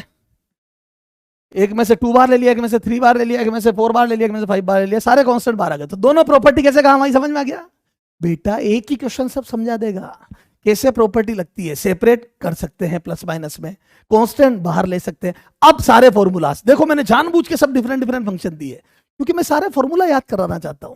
तो हम कोई भी काम कर रहे हैं तो हमारा मकसद होता है उस काम के पीछे, ठीक है सर। तो यहां आ जाओ, क्लास में सब याद करा दूंगा, बेसिक मैथ घर पे पढ़ने की जरूरत ही नहीं है। तो यहां पे पावर बढ़ा दी बेटा, एक और स्टेप लिखूं क्या, 1 + 1। बेटा अब ऐसी बातें मत कर, अच्छा नहीं लगता है, लोग क्या कहेंगे।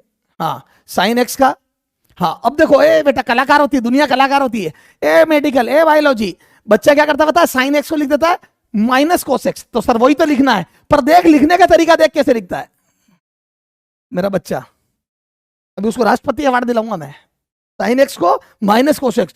और फिर मैं पूछता हूं ना बेटा ये क्या लिखा, तो सर यही तो होता है, देखो ये फॉर्मूला, क्या गलत है इसमें, ये सही है गलत है।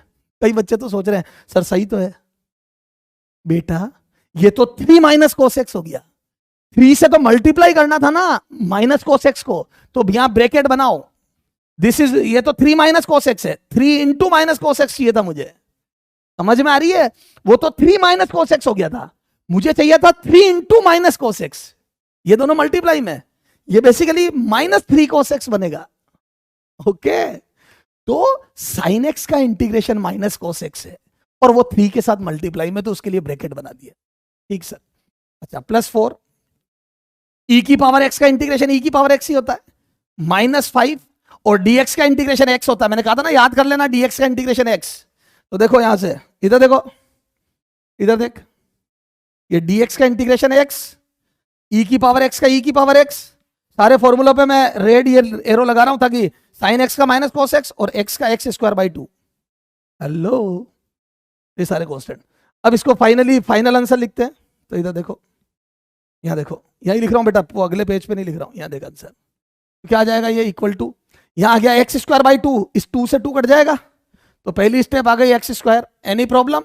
अच्छा प्लस सी नहीं लिखा, प्लस सी, ये कॉमन मिस्टेक, प्लस सी हमेशा लिखना बेटा, हाँ क्योंकि वो, हाँ यहां पे आ जाएगा -3 cos x, तो यहां आ जाएगा -3 cos x, -3 cos x, यहां आ जाएगा 4e की पावर x, 4e की पावर x, और यहां आ जाएगा -5x plus C, plus C. Okay, this is the final answer. तो 4 पार्ट थे, चारों में अलग अलग फॉर्मूले लग के सोल्व हो गया। ओके ओके सर, चलो ठीक है बच्चों, स्लाइड रोक के आप नोट कर लेना जिसको करना है। अगला क्वेश्चन करते हैं, question number 4, example number 4। Okay चलो एग्जाम्पल नंबर 4, तो यहां आ जाओ, ये आएगा 1/x प्लस 1/x प्लस, और कौन से फॉर्मूले रह गए मेरे बच्चे? 1/x प्लस 3, चलो एक बार ये करते हैं dx। तो 1/x का इंटीग्रेशन पहले तो सेपरेट कर लूंगा, कांस्टेंट बाहर निकाल लूंगा, ठीक है, पर 1/x का इंटीग्रेशन क्या होता है? log x बेस e या log बेस e x, ठीक है सर, तो इज इक्वल टू वॉट? आ जाओ सॉल्यूशन, तो सेपरेट कर रहा हूं, ए बेटा अब नहीं लिख रहा हूं, प्रॉपर्टी कौन सी यूज करी, ठीक है, फिर 3dx ये सेपरेट कर लिया, उसके बाद 1/x का हो जाएगा log, क्या चले एक बार और लिखता हूं, 1/x dx, क्योंकि उसमें से 3 बार लेना है, 3 बार ले लिया, अगली प्रॉपर्टी dx, और इसका इंटीग्रेशन 1/x का हो जाएगा log बेस e x, है ना, प्लस 3x प्लस सी, इंटीग्रेशन करते ही प्लस सी लगा दो, उसमें इनिशियल कंडीशन छुपी हुई है। अच्छा एक बात बता बेटा, इसको ln x भी लिख सकते हैं, देखो कई बार बुक में ये और करके ये लिखा होगा ln x, तो 4 ऑप्शनों में अगर ln x मिल जाए तो तुम ये मत बोलना सर ये कहां से आ गया, बेटा लोग पढ़ोगे तब सारी बात समझ में आ जाएगी, पढ़ लिया है तो और अच्छी बात है, ठीक है, तो इस log x बेस e को ln x लिखते हैं, ln x। ओके, इस ln का मतलब नेचुरल log, ठीक है सर, तो सर ये वाला फॉर्मूला भी याद हो गया, तो 1/x का इंटीग्रेशन log x होता है, साइन का माइनस cos x होता है, कोस का साइन x होता है, e की पावर x का e की पावर x होता है, और कांस्टेंट बाहर आ जाता है dx का x होता है, और x की पावर का n+1/n+1, सर सब समझ आ गया। ओके ठीक है, एक क्वेश्चन आपको दे रहा हूं बच्चों बीच में होमवर्क के लिए, आप करके बताओगे, चलो 4/x प्लस 3 की power x plus 2 cos x plus 5, ठीक है, ये करके लाओगे आप घर से, ठीक है, बहुत है, एक में ही समझ में आ जाएगा होमवर्क का क्या इंपॉर्टेंस है, या इस चीज की क्या इंपॉर्टेंस है, सेपरेट करना, कांस्टेंट बार लेना, सारे फॉर्मूले याद करना, सब आ गया इसमें, क्लियर है। चलो अब बच्चे ये बात तो हो गई, लेकिन एक समस्या है, सर क्या समस्या है आपको बताता हूं, देखो ये सारे इंटीग्रेशन तो मैंने कर लिए, ठीक है, मेरी जिंदगी में क्वेश्चन आया, किसी ने मेरे से क्वेश्चन पूछा, मेरे से हुआ ही नहीं, सर क्या क्वेश्चन है वो बताता हूं, ये देख, मतलब मैं एक एग्जांपल दे रहा हूं, सर आप जाओ, नहीं हुआ तो ना, यहाँ हमारी जिंदगी क्यों खराब, 6, देखो अभी मैंने जितना आपको पढ़ाया उसमें आप ये सारे क्वेश्चन तो कर लोगे, एक क्वेश्चन जो तुम्हारे से इतने नॉलेज के बाद भी नहीं होगा वो ये है, जैसे e की पावर 4x, ठीक है, और तुम्हारे को एक अजीब सी बेचैनी होगी इस क्वेश्चन को देख के, तुम्हारे को एक अजीब सी बेचैनी होगी, सर क्यों होगी बेचैनी, तुम्हें लगेगा ये होना चाहिए, e की पावर x हमें आता है, e की पावर x का e की पावर x होता है, तो तुम्हें लगेगा होना चाहिए, लेकिन तुम अटक रहे होगे क्योंकि ये 4 तुम्हें परेशान कर रहा है, हेलो, दिस 4 इज ना मैटर ऑफ वरी, या ठीक है, तो ये जो 4 है ये आपके दुविधा का या परेशान होने का कारण बन रहा है, अगर e की पावर x होता तो मजा आ जाता, और मेरे को लग भी रहा है मेरे से होना चाहिए, लेकिन इस 4 ने मुझे परेशान करके रखा है, और कांस्टेंट कभी परेशान करता तो बहुत दुख होता है, ठीक है, चला जाओ, तो सर फिर क्या करें, तो अच्छा एक और देखो, और कौन सी चीज परेशान करेगी, ये एग्जाम्पल 7, एक और चीज है, जैसे मान लो ये होता 2 की पावर x e की पावर 2x प्लस 3, तो भी तकलीफ होती, उतनी नहीं होती क्योंकि थोड़ा सा बड़ा लग रहा है, लेकिन हाँ होती कि यार फिर e की पावर है, लेकिन मेरे को इंटीग्रेशन इसका आता ही नहीं है, तो कई बार क्या होता है, ई की पावर एक्स जो फॉर्मूला आपने पढ़े उनमें थोड़े वेरिएशन कर देता है, एक्स की जगह 4x 2x कांस्टेंट ऐड कर देता है, कई बार एडिशन में कुछ चीज डाल देता है कांस्टेंट की। ठीक है, तो सर अब क्या करें बताता हूं। तो कुछ और फॉर्मूलाज हैं, ठीक है, इनके सॉल्यूशन ढूंढने से पहले अपन एक स्लाइड ऐड करते हैं। ठीक है, चलो छोड़ो, यहीं पे मैं बताता हूं सम मोर प्रॉपर्टीज, या प्रॉपर्टी तो क्या है ये, सम मोर प्रॉपर्टी लिख दो, चलो मोर प्रॉपर्टीज। ठीक है, और ये बहुत इंपॉर्टेंट है हमारे लिए, क्यों, क्योंकि हमारे फिजिक्स में ऐसे वेरिएशन आते हैं, ऐसे छोटे छोटे परिवर्तन आते हैं। तो सर फिर बताता हूं। तो देखो इसमें अपन क्या करेंगे बच्चों, जैसे e की पावर x की जगह ax प्लस बी हो जाए, और जहां ये जो ax प्लस बी में a और b है वो कांस्टेंट हो, जिसमें x ना आए, मतलब e की पावर x की जगह ax प्लस बी होने लग जाए, है ना, x के साथ भी कुछ कांस्टेंट आ जाए और एडिशन में भी कुछ कांस्टेंट आ जाए, तो आप डरो मत, इसका इंटीग्रेशन वैसा का वैसे ही होगा। e की power ax plus b as it is रहेगा, e की power ax plus b as it is रहेगा, okay, divide by coefficient of x, divide by coefficient of x plus सी,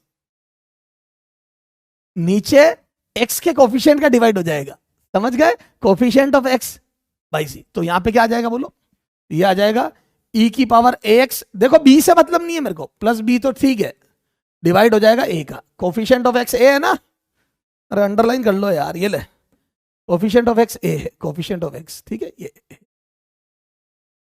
इसका डिवाइड हुआ, ये ध्यान देना, ठीक है, प्लस सी।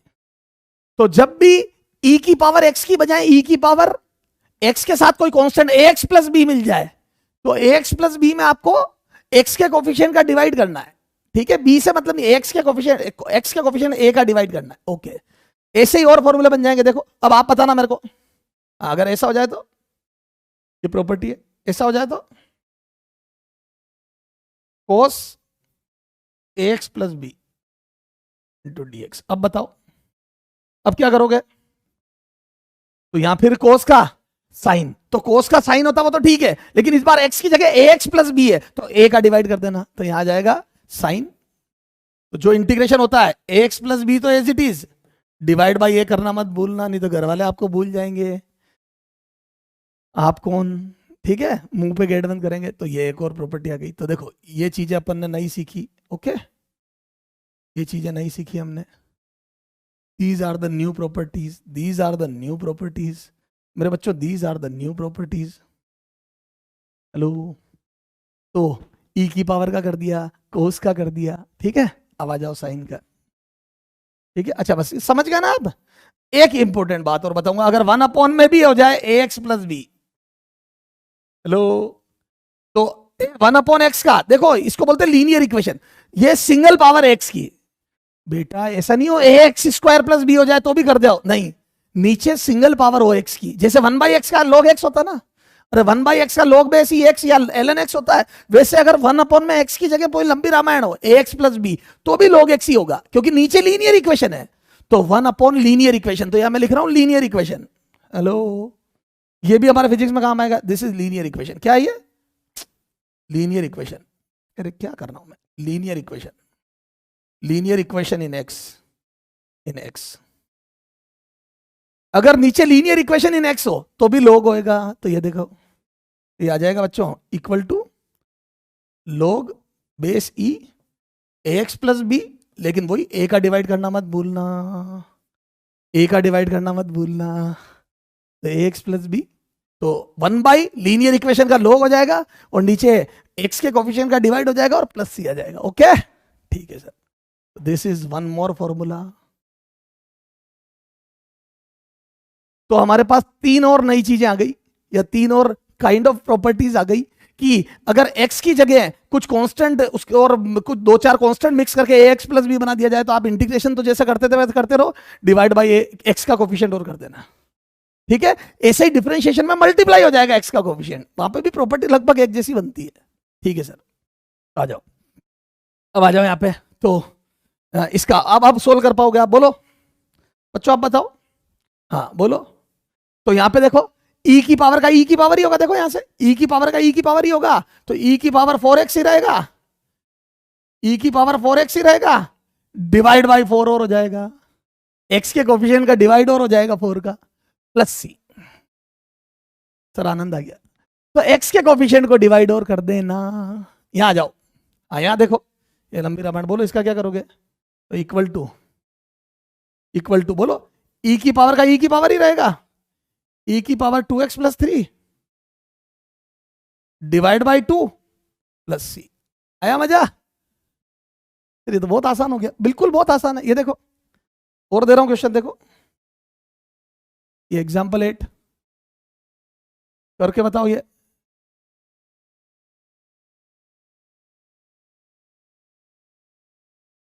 बोलो, आए करो, तो क्या आ जाएगा ये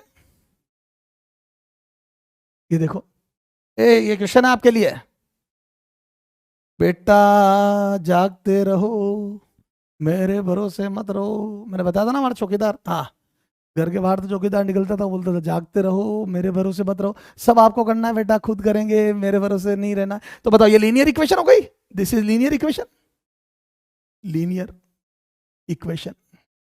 और जैसे ही लीनियर इक्वेशन आई तो इसका आ जाएगा क्या, बोलो, equal to log 4x plus 3 बेसी डिवाइड बाई 4, डिवाइड बाई 4 क्योंकि x का कोफिशिएंट 4 है, तो ये आ जाएगा बच्चों 1 अपॉन इसका integration log 4x plus 3 divide by 4। Sir मजा आ गया, ठीक है। तो अगर थोड़ा बहुत फेरबदल हो तो आप भी उस हिसाब से फेरबदल कर देना, तो सर ये समझ में आ गई।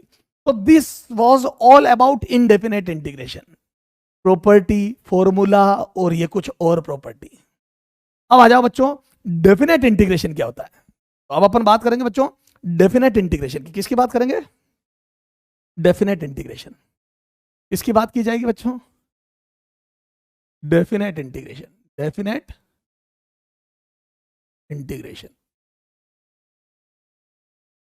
डेफिनेट इंटीग्रेशन होता है indefinite integration, this is definite integration. नाम से पता पड़ रहा है इसमें एक फाइनाइट वैल्यू मिलेगी। डेफिनेट इंटीग्रेशन का मतलब एक फिक्स वैल्यू आएगी, लिमिट आएगी।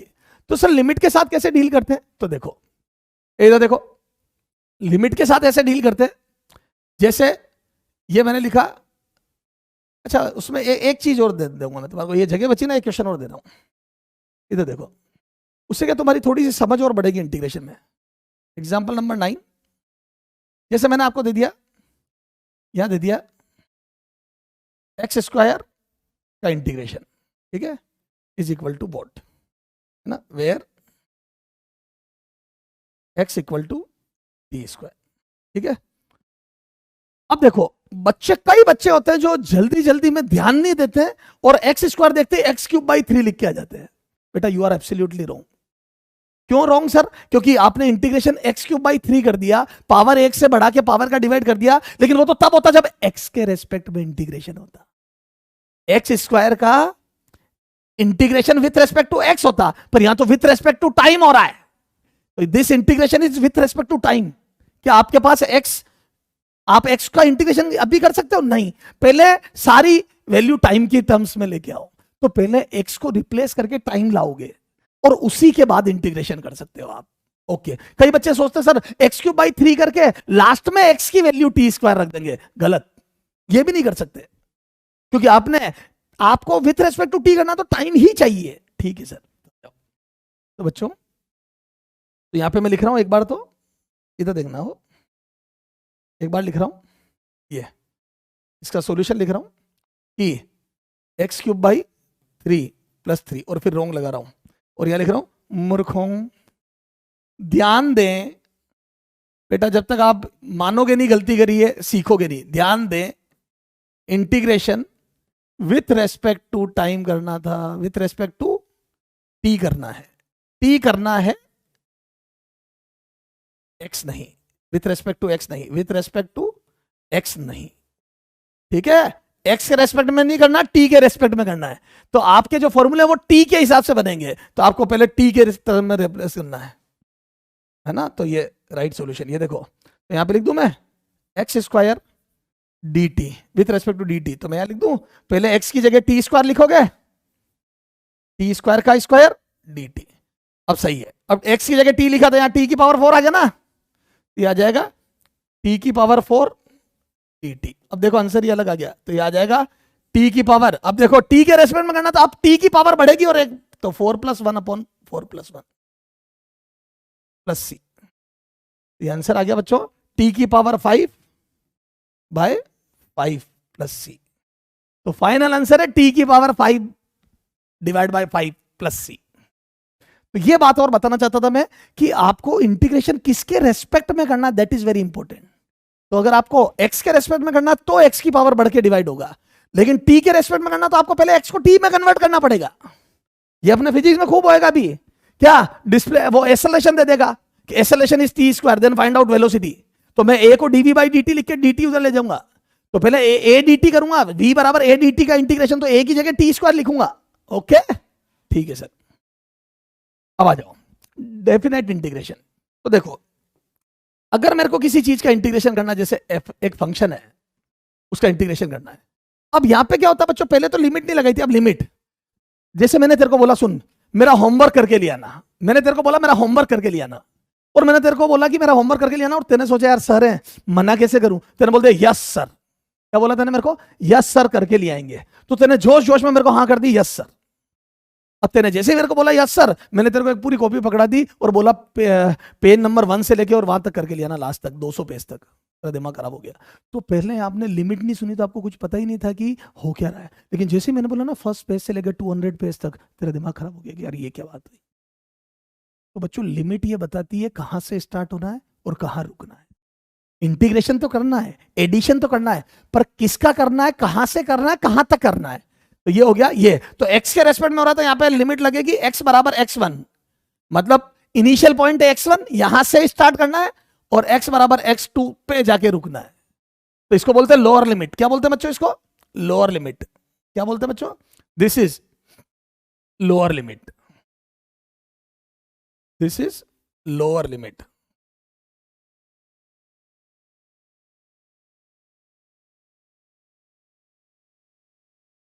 And this is upper limit. क्या है ये, अपर लिमिट।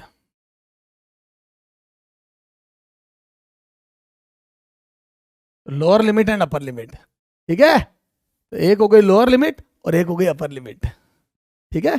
अब देखो सर फिर इसको सॉल्व कैसे करेंगे, भाई लिमिट तो समझ में आ गई, सॉल्व कैसे करेंगे। तो जो भी इंटीग्रेशन से जी मतलब जो भी आया, जैसे x² का x³/3 आया था ना, जो भी बेटा gx का मतलब नया आंसर, जो भी नया फंक्शन आया, तो पहले x² था, अब x³/3, तो ये x³/3 है, तो यहां पे लिमिट रख दूंगा x1 या x2, है ना, किसकी जगह x के प्लेस पे, तो पहले x के प्लेस पे x2 रखूंगा, फिर x के प्लेस पे x1 रखूंगा और सब्ट्रैक्ट कर दूंगा, कैसे, gx2 - gx1।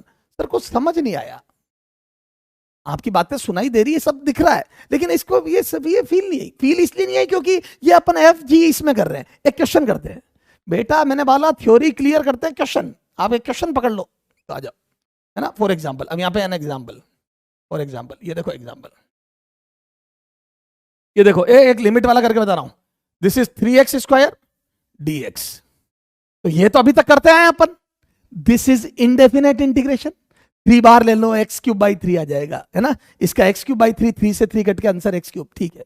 लेकिन अब लिमिट लगा रहा हूं, ये है x बराबर x1 बराबर 1 से लेके, या यूं सीधी लिख रहा हूं, ये जैसे लिख दिया मैंने 1 से लेके 2 तक, तो ये लिमिट लग गई। This is lower limit 1 and this is upper limit 2, तो लोअर लिमिट 1 अपर लिमिट 2, तो मेरे को इंटीग्रेशन करना 1 से लेके 2 तक, ठीक है सर। अब मैं एक काम करूं, यहां आगे गया, तो देखो जैसे इंटीग्रेशन करते आए तो पहले 3 बार लिया, ठीक है, x² dx, बिल्कुल जैसा करता है चुपचाप करते रहो, और ये 1 से लेके 2 तक। अब आ जाओ, अब इसका इंटीग्रेशन करूंगा तो मैं 3 तो बार है ही है, x² का इंटीग्रेशन कर दो x³/3,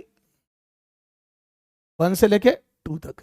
अब देखो ये 3 से 3 कैंसिल कर दो, ठीक है बेटा, ये जो चीजें कांस्टेंट कैंसिल। हाँ अब यहां पे देखो, अब जो मैंने सिखाया था देखो बेटा, अब ये समझ में आ गया, अभी fx अपने fx है ये जो अपने को दिया है, और उसका इंटीग्रेशन अपना क्या आया, x³। देखो ना 3 से 3 कट के x³, तो इंटीग्रेशन आ गया x³।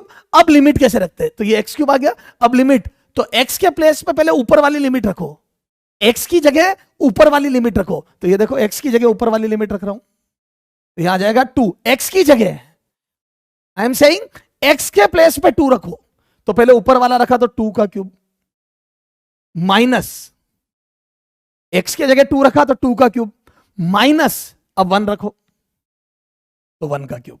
अब समझ में आई बच्चों?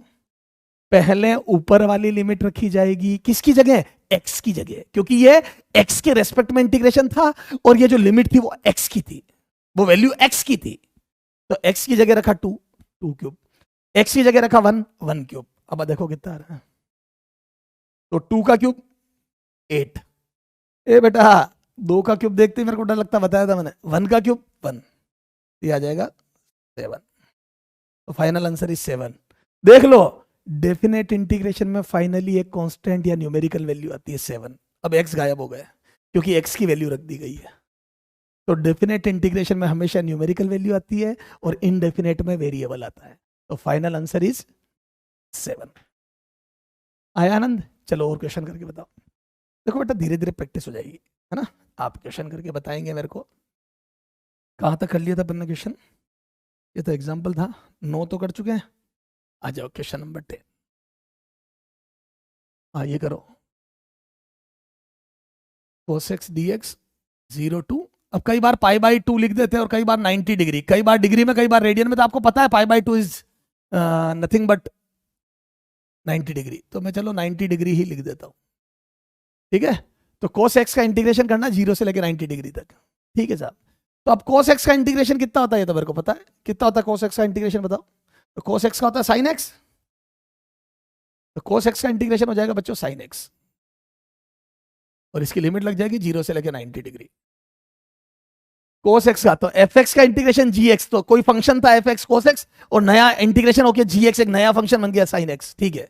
अब ये लिमिट जो होती है पहले ऊपर वाली रखता है, अभी सिखाया ना, पहले ऊपर वाली लिमिट रखो फिर नीचे वाली, तो x गायब हो जाएगा और एक कांस्टेंट वैल्यू आ जाएगी। बिल्कुल सही। तो आ जाओ कितना आ रहा है, यहां देखो, तो ये आ जाएगा sin 90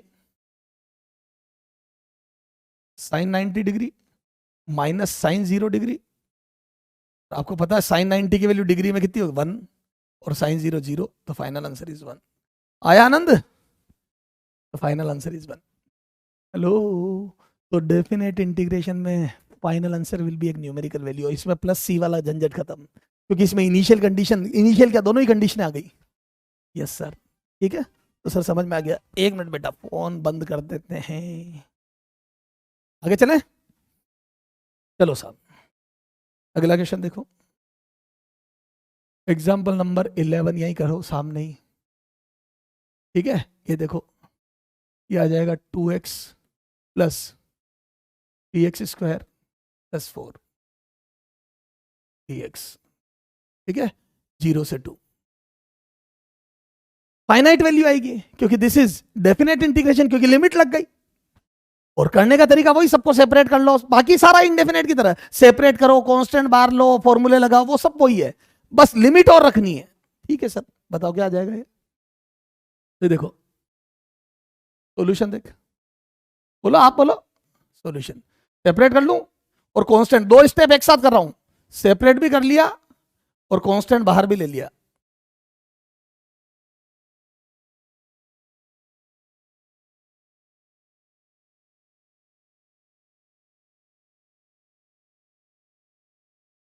ये सबको सेपरेट करके कांस्टेंट बाहर ले लिए, ठीक है सर। अब यहां पे कितना आ जाएगा? ये 2x स्क्वायर बाई 2 प्लस 3, अच्छा लिमिट लगाओ, 3x क्यूब बाई 3। बेटा मैंने डेटा ऐसे ही दिए ताकि ये क्या है, कांस्टेंट काट कुटा के, और dx का x, बेटा dx का इंटीग्रेशन x स्क्वायर का x क्यूब बाई 3 और x का x स्क्वायर बाई 2। ये 2 से 2 कैंसिल, ये 3 से 3 कैंसिल, और ये ठीक है। तो अब अपर लिमिट लोअर लिमिट रखो, तो यहाँ पे पहले अपर लिमिट रखो, तो बेटा मैं डायरेक्ट लिख दूं, बेटा हो गई ना प्रैक्टिस। हाँ, तो 2 की पावर 2 माइनस 0 की पावर 2 प्लस 2 की पावर 3 माइनस 0 की पावर 3 प्लस 4 2 की पावर 1 माइनस 0 की पावर 1, ठीक है।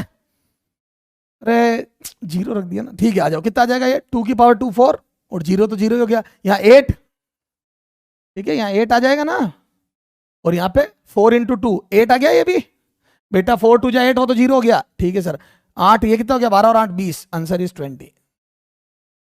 हेलो खूब काम आएगी फिजिक्स में, डेफिनेट हमारे को पूरी फिजिक्स में लिमिट लगानी पड़ेगी। तो सर ये तो बहुत अच्छे समझ में आ गया, क्लियर है? फिर ये इंटीग्रेशन तो समझ में आ गया, ठीक है। चलो ये करके बताओ। तो सर ये तो डेफिनेट इंटीग्रेशन, कुछ होमवर्क दे दूं इस पे भी? यस सर, ये लो ए होमवर्क लिख। कौन कौन सा क्वेश्चन होमवर्क है? ये 10 11 हो गया ना, ये देख क्वेश्चन नंबर 12, ठीक है। आपसे नहीं हो आप बैठ से पूछिए। साइन एक्स का इंटीग्रेशन और 0 से लेके पाई तक, पाई मतलब 180 डिग्री, ठीक है। क्वेश्चन नंबर 13 ये है sine x plus cos x D x, ठीक है। 0 से लेके π/4 तक, या चलो 0 से लेके π/2 तक कर दो बस, π/2 90 डिग्री तक की वैल्यू, सबकी वैल्यू फाइनाइट आएगी बेटा, है ना। चलो एक ई की पावर एक्स का भी लिख लो, ये चलो ये मैं करके बताता हूँ, एक ई की पावर एक्स डी एक्स 0 से लेके 1 तक। अब कई बार बच्चे क्या नीचे 0 देखते हैं उसमें वैल्यू 0 समझ लेते हैं, जैसे नीचे 0 देखते तो वो सोचते हैं 0 रखने पे तो 0 ही आएगा, ये कोई जरूरी नहीं है। जैसे कोस में भी जब साइन एक्स का इंटीग्रेशन कोस होगा तो वहां पे माइनस कोस एक्स होगा, तो वहां पे भी 0 रखने पे 0 नहीं बनाएगा, -1 आएगा, सॉरी, ठीक है। तो हर बार आप ये यूं नहीं हर कुछ ही कर दो, ठीक है। ये चलो ये मैं करके बता रहा हूं, इधर देख, ये दोनों तो आपके लिए होमवर्क हो गए, दिस इज होमवर्क बेटा, ये करो और मेरे से पूछ लेना जो भी डाउट है आप अलग से। हाँ ये देखो, तो इसका इंटीग्रेशन कितना आ जाएगा, देखो इसका सोल्यूशन करते हैं, ठीक है। देखो इसका सोल्यूशन देख, हाँ तो यहाँ पे e की पावर x का इंटीग्रेशन e की पावर x ही होता है, 0 से 1 ये लिमिट बेटा, e की पावर x का इंटीग्रेशन e की पावर x ही होता है ना, और ये 0 से 1 लिमिट, तो बोलो अपर लिमिट रखो, तो अपर लिमिट रखोगे तो ये आ जाएगा कितना, x के प्लेस पे रखना, तो e की पावर 1 माइनस e की पावर 0। अब देखो e की पावर 0 0 नहीं होती है, कई बच्चे क्या सीधी अपर लिमिट है 1 रख देते और लोअर लिमिट 0 देख के छोड़ देते हैं, नहीं e की पावर 0 1 होता है। तो इसका जो आंसर आएगा बच्चों वो आएगा e-1, ठीक है। तो e-1 e की वैल्यू 2.7 के करीब होती है, तो ये आंसर 1.7 के करीब आ रहा है, ठीक है। तो अब देखो 4 ऑप्शन इसके कैसे कैसे मिल सकते हैं, इधर देखो एग्जाम में 4 ऑप्शन कैसे कैसे मिल सकता है, तो ये देखो ऑप्शन देखना, इक्वल टू व्हाट, अब A option A E B e-1 सी, ठीक है, ई स्क्वायर जो भी वोट डी 1 या e-1/e, ठीक है। ऐसे ऑप्शन मिल जाएंगे एग्जाम में।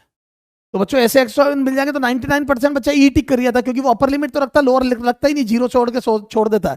देखो e की पावर 0 1 बनाता तो आंसर ये होगा, ओके। तो जल्दी जल्दी में बच्चे का ये आंसर आ जाता, लेकिन this is wrong, answer is this, ठीक है सर। तो लिमिट रखना सिखा दी, तो डेफिनेट और इनडेफिनेट दोनों इंटीग्रेशन मेरे बच्चों तुम्हारे को समझ में आ गए क्या, क्लियर है?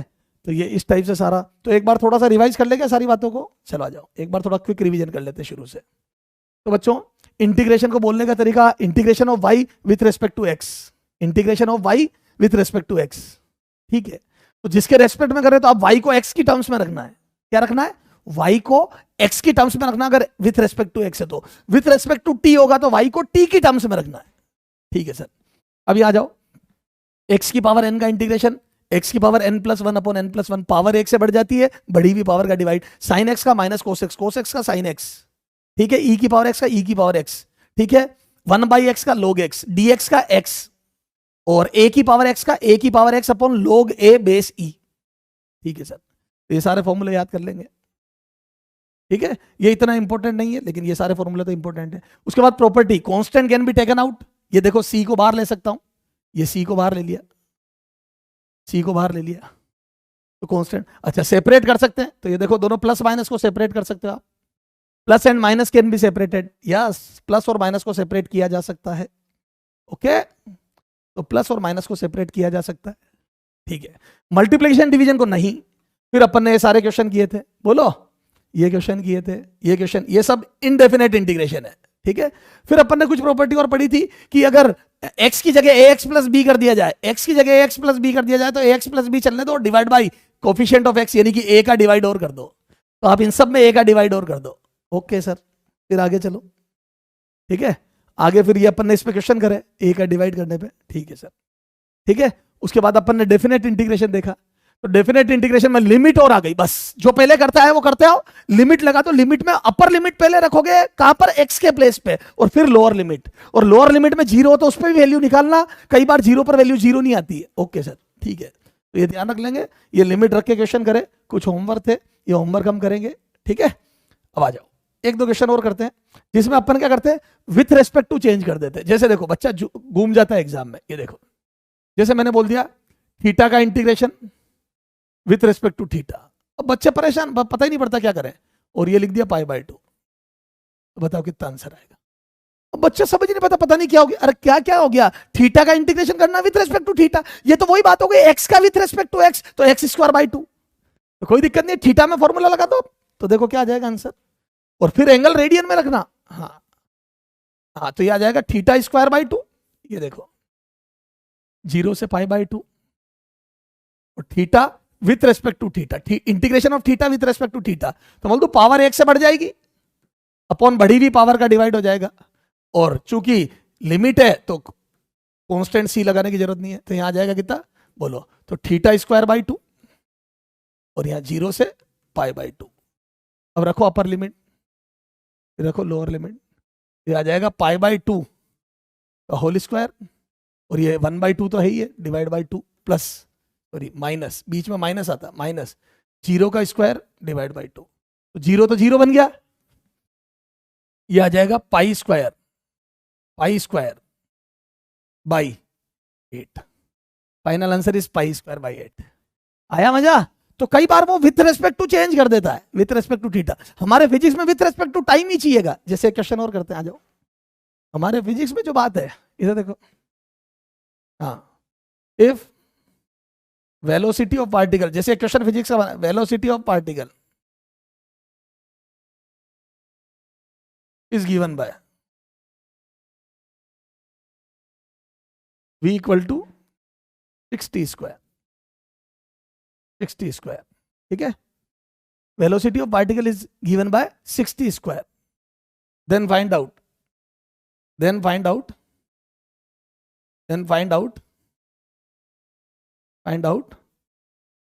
Displacement of particle, displacement of particle in 3 second, in t बराबर 3 सेकेंड। आपको पार्टिकल का डिस्प्लेसमेंट बताना 3 सेकेंड में है।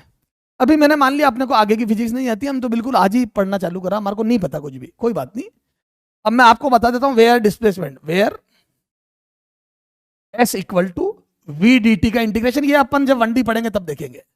डिस्प्लेसमेंट का फॉर्मूला ये होगा v dt का integration, where s equal to v dt का इंटीग्रेशन, ये मैंने बता दिया आपको, है ना। v बराबर ds बाई dt, फिर v dt का इंटीग्रेशन, ये होता है। बस आपको तो ये ध्यान रखना है, ठीक है। तो अभी हमारा एम 1D का नहीं है, अभी हमारा एम है चीजों को, इंटीग्रेशन को यूज कैसे करोगे आप, ठीक है सर। अब ये क्वेश्चन बन गया, हमारे को 3 सेकंड तक डिस्प्लेसमेंट निकालना है, और ये इक्वेशन है वेलोसिटी की, टाइम के साथ ऐसे वेरी कर रही है, और s निकालना है, ठीक साहब। और s निकलता है ऐसे, तो अब देखो अगले पेज पे सॉल्यूशन, ठीक है। तो सॉल्यूशन देखना हो, अब आगे देखना, तो बोल दो बच्चों सॉल्यूशन, है ना। एज वी नो, यहां से स्टार्ट करेंगे, एज वी नो, क्या जानते हो आप, s equal to v dt का integration, as we know s equal to integration of v dt, ठीक साहब। अब जैसे ही v dt का इंटीग्रेशन करा अपन ने, तो s बराबर आ जाएगा, अच्छा, और लिमिट क्या है, टाइम की। देखो अब यहां विथ रेस्पेक्ट टू टाइम हो रहा है ना इंटीग्रेशन, तो लिमिट टाइम की लगेगी, तो मेरे को t बराबर 0 से लेके t बराबर 3 सेकंड तक निकालना है। क्वेश्चन में दिया है 0 से लेके 3 सेकंड तक, तो देखो लिमिट लग गई, 0 से स्टार्ट होना और 3 सेकंड तक डिस्प्लेसमेंट निकालना है। तो यहां से मैं क्या लिखूंगा बोलो, s इक्वल टू, तो यहां पे लिखूंगा मैं v की वैल्यू, तो v की वैल्यू कितनी थी बच्चों, 6t स्क्वायर dt।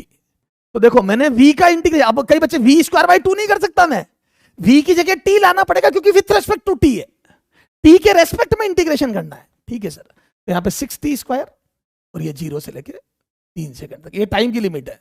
यहां से 6 बार ले लूं और t² का t³ 3, थोड़ा सा 2 स्टेप लिख दी, 6 बार ले लिया और t³ 3, पावर 1 बढ़ा दी बेटा, पावर 1 बढ़ा दी ना, t की पावर 2 + 1 3 अपॉन नीचे 2 + 1 3, और ये लिमिट 0 से लेके 3 तक, ठीक साहब।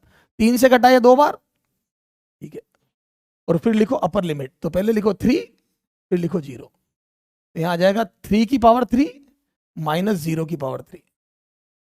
हेलो, 3 से 6 कटा 2 बार, फिर 3 की पावर 3 माइनस 0 की पावर 3, तो यह आ जाएगा 3 की पावर 3 3 9 27, और फिर डबल करूंगा तो 54 इज द फाइनल आंसर।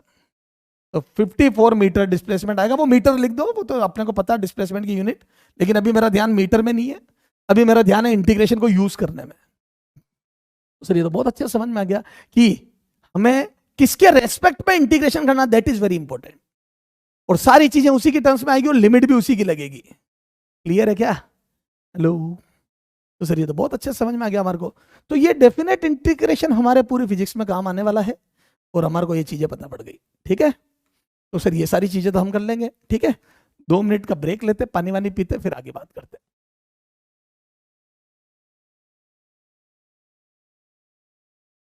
हाँ बच्चों, तो अब देखो क्या है, हमने ये यहाँ तक बात देख ली, इंटीग्रेशन अपना ये हो गया कि डेफिनेट इंडेफिनेट, ठीक है। अब आपके लिए कुछ बेटा होमवर्क लिख के लाया था मैं, है ना। तो ये होमवर्क आपको करना है घर से। देखो जब तक आप खुद प्रैक्टिस नहीं करोगे बच्चों, आउटपुट नहीं आएगा। हम तो कर देंगे सब, हमारे को थोड़ी देना है, एग्जाम तो तुम्हारे को देना है। तो ये कुछ होमवर्क है आपके लिए, 5 क्वेश्चन मैंने लिखे। अब देखो जैसे थोड़ा सा बता दो, ये √x है, तो √x मतलब पावर 1/2 हो गई बस, तो पावर 1 से इंक्रीज करके पावर का डिवाइड कर देना। और इनडेफिनेट, मैंने जानबूझ के मिक्स करें, इनडेफिनेट इंटीग्रेशन तो वेरिएबल में आंसर आएगा, +c लगाना मत भूलना।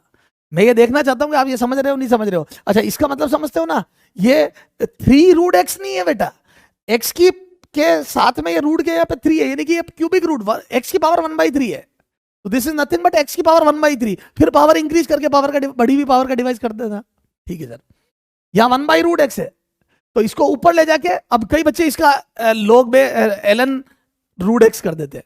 बेटा वो तो लीनियर इक्वेशन होनी चाहिए, नीचे लीनियर इक्वेशन थोड़ी है, तो √x है, तो इसको पावर नीचे 1/2 तो ऊपर जाके -1/2, तो x की पावर -1/2 + 1 अपॉन -1/2 + 1 ये करना है, और उसके बाद ये x की लिमिट रखनी है। ये डेफिनेट इंटीग्रेशन, इसकी आंसर न्यूमेरिकल वैल्यू आएगी। ओके सर, यहां पे देखो y का integration with respect to x करना है, और लिमिट 0 से 3, ये लिमिट किसकी है बताओ, y की या x की? x की, क्योंकि विद रिस्पेक्ट टू x है, तो जिसके रेस्पेक्ट में इंटीग्रेशन होता है उसकी लिमिट होती है, तो दिस इज x की लिमिट। अब देखो y की जगह रखो x², जैसे पहले y को x की टर्म्स में लिखना पड़ेगा, तो y की जगह लिखो x², तो ये हो जाएगा x³/3, और फिर अपर लिमिट और लोअर लिमिट रख देना। Okay sir. अच्छा ये 3 पार्ट है क्या, 1 2 3, तीनों को सेपरेट कर दो, 1 2 3, तीनों को सेपरेट करके सोल्व करो। अब इसमें देखो ये है 2x, तो यहाँ पे 2 का डिवाइड करना पड़ेगा, e की पावर 2x डिवाइड बाई 2, यहाँ cos 4x, cos का sin 4x डिवाइड बाई 4, तो ये डिवाइड वाले कंसेप्ट आ गए। और 2/x, 2 बाहर लो, 1/x का इंटीग्रेशन log बेस x, तो ये और +c लगा देना, क्योंकि इनडेफिनेट इंटीग्रेशन है। तो मैंने इनडेफिनेट डेफिनेट मिक्स करके डाले सब, समझ में आ गई।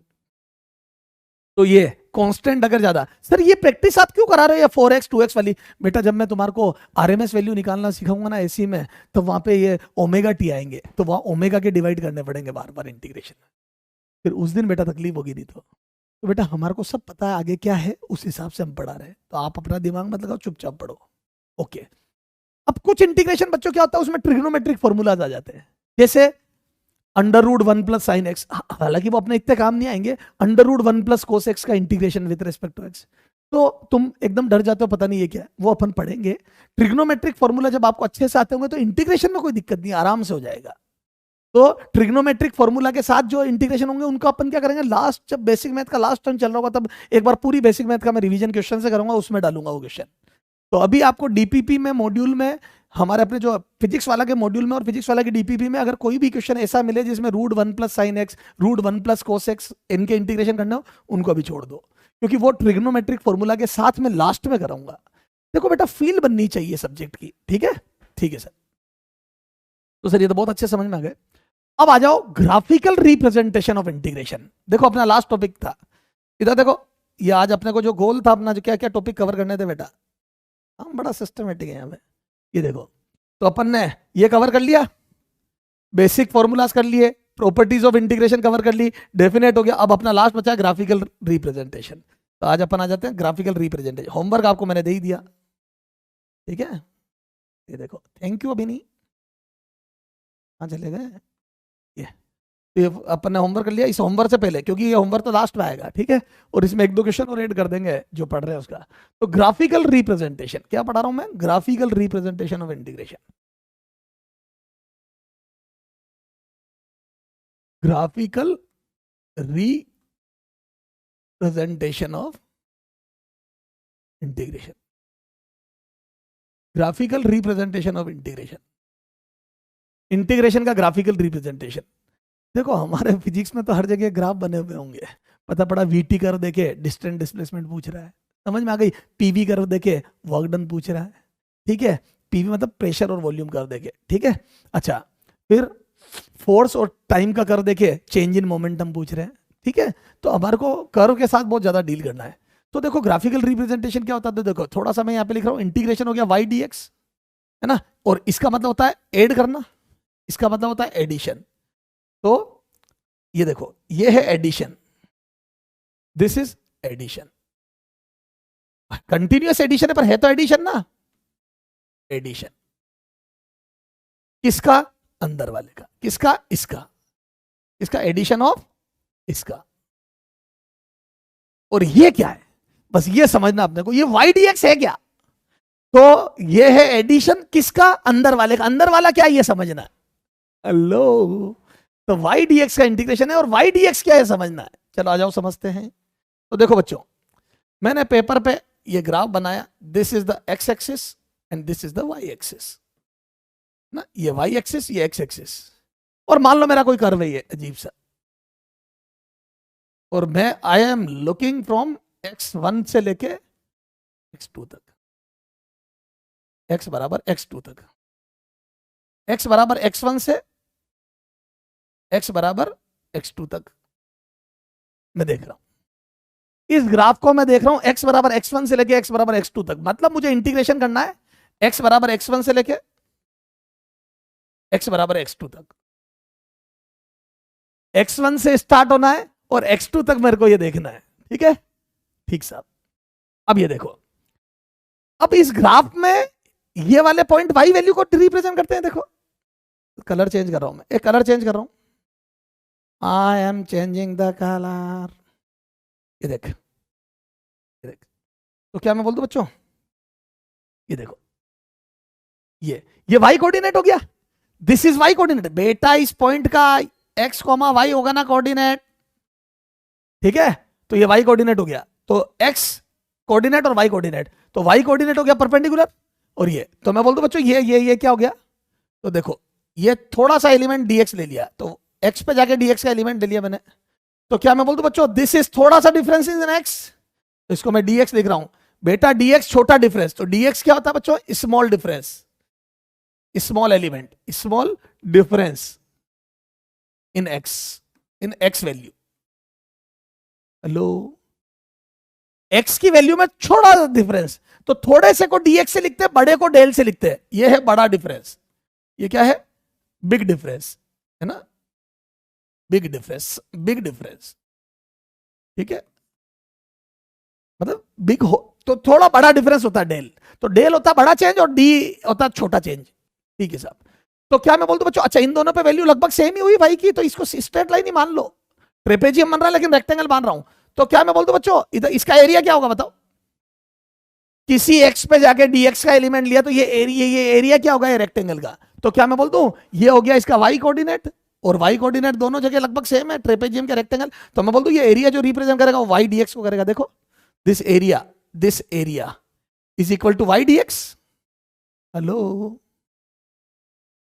तो ये जो छोटा सा रेक्टेंगल का एरिया है ये y dx को रिप्रेजेंट कर रहा है, तो जो तुम्हें y dx चाहिए वो बेसिकली y परपेंडिकुलर है और dx बेस है, तो ये है हाइट और ये है विड्थ, तो इस रेक्टेंगल की तो किसी भी वाई एक्स वाई ग्राफ में वाई रेक्टेंगल की वाई छोटे से रेक्टेंगल की हाइट हो गई और डीएक्स विड्थ हो गया और ये वाई डीएक्स उसका एरिया हो गया। तो दिस इज स्मॉल रेक्टेंगल का एरिया। तो मैं बोल दूं बच्चों दिस इज एरिया ऑफ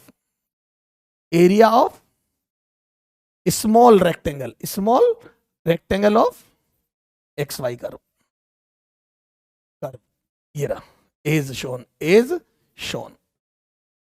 तो इस ग्राफ में जैसा दिखाया है स्मॉल रेक्टेंगल का एरिया हो गया। तो और ये वाई क्या हो गया, किसी भी रेक्टेंगल जिस जगह आप बात कर रहे हो उसके रेक्टेंगल की हाइट और डीएक्स हो गया उसकी विड्थ। तो ये और इंटीग्रेशन मतलब सबका टोटल। और मैं बोल दूं ऐसे रेक्टेंगल x1 से लेके x2 तक देखने अपने को, x1 से स्टार्ट करके x2 तक देखने। तो क्या मैं बोल दूं ऐसे छोटे छोटे खूब सारे रेक्टेंगल बनेंगे। देखो एक रेक्टेंगल ये बन गया, एक रेक्टेंगल ये बन गया, ठीक है, ये x1 पे रेक्टेंगल बन गया, ये x2 पे रेक्टेंगल बन गया, सबकी हाइट बदलती रहेगी। ये देखो x2 पे रेक्टेंगल और ऐसे सबका टोटल कर लूंगा तो ये आ जाएगा। सबका टोटल विल बी दिस, सबका टोटल यहां से स्टार्ट हो गया यहां तक ये दिस। हेलो, तो क्या मैं बोल दूं बच्चों x1 से लेके x2 तक y dx का इंटीग्रेशन का मतलब क्या, छोटे छोटे रेक्टेंगल का एडिशन और सारे रेक्टेंगल मिलके ये पूरा कर्व बन जाएगा जिसकी हाइट अलग अलग होगी। तो अलग अलग होगी तो कभी छोटे कभी बड़े रेक्टेंगल बन के पूरे कर्व का एरिया। तो मैं बोल दूं बच्चों ये पूरा हो गया एरिया अंडर द कर्व। ठीक है, तो मैं बोल दूं बच्चों ये हो गया, ये पूरा जो हो गया ये हो गया y dx का इंटीग्रेशन फ्रॉम x1 से लेके x2 तक। मैं बोल दूं एरिया अंडर द कर्व। तो area under the XY curve, XY curve. ठीक है, तो आपको जब भी इंटीग्रेशन करना है ग्राफ से तो आप एरिया निकाल लो। y dx हो जाएगा y एक्सिस पे जो वैल्यू है और x एक्सिस पे जो वैल्यू है उसका कर्व का इंटीग्रेशन या उसके कर्व का area would be the integration. ठीक है सर, तो ये समझ में आ गया सर। तो ये अब इधर देखो, इस पे क्वेश्चन करते हैं छोटे मोटे। अरे इसमें स्लाइड ऐड करो पहले। ठीक है, तो ये ठीक है। अब आ जाओ, जैसे मैंने बोल दिया बच्चों, इधर देख, जैसे मैंने बोल दिया जैसे हमारे फिजिक्स में मान लो ये हो गया, इधर देखना हो, इधर देखो, जैसे हमारे फिजिक्स में हो गया work done a some physical quantity, अब इसको फिजिक्स में ले जा रहा हूं, फिजिकल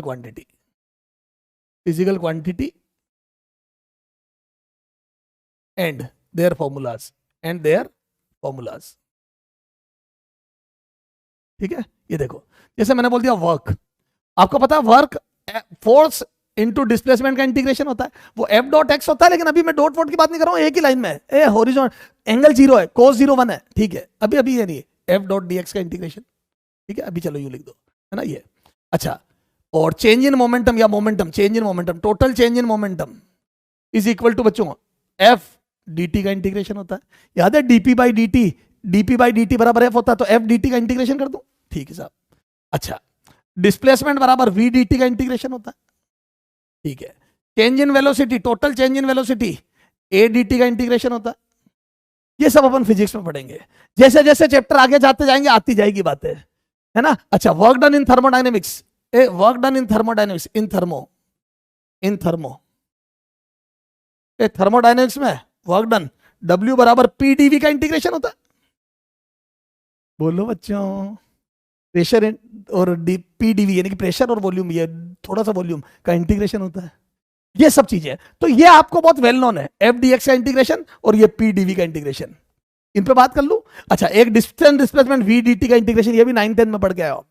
तो कुछ कर्व बना के मैं बता रहा हूं, सुनना। अब जैसे मैं ये अभी ये वेक्टर छोड़ो आप, F dx का इंटीग्रेशन है ना, ये एक ही स्ट्रेट लाइन में है ना, सेम डायरेक्शन में, F parallel to dx, F and dx parallel है,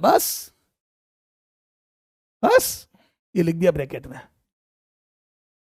ठीक है ना, अभी हमारे पैरेलल कर दिया मैंने क्योंकि मेरे को अभी वर्क। ठीक है, अब देखो जैसे मैंने बोल दिया आपको बच्चों, यहां पे फोर्स बना दिया, ठीक है, और यहां x बना दिया और मैंने एक ग्राफ बना दिया ये, और ये 2 कर दिया x बराबर, और ये x बराबर 0 कर दिया। ये फोर्स वर्सेस डिस्प्लेसमेंट का कर्व है ना, और ये मीटर में, ये मीटर 2 मीटर और ये 0 मीटर। और मैंने पूछ दिया बताओ ये फोर्स वर्क कितना कर रहा है। अब मैंने पूछ लिया work done, find out work done. समझना बात को, फाइंड आउट वर्क डन। अब मेरे को ये क्वेश्चन आ गया फिजिक्स में और पूछा वर्क डन बताओ। जिंदगी में कभी भी आप फिजिक्स में कोई काम कर रहे होगे और ऐसा वर्क डन आ जाएगा तो आप क्या लिखोगे बताओ? तो आप यही तो लिखोगे, एज वी नो। भैया आप जब वर्क पढ़ रहे होगे तो आप क्या लिखोगे? As we no.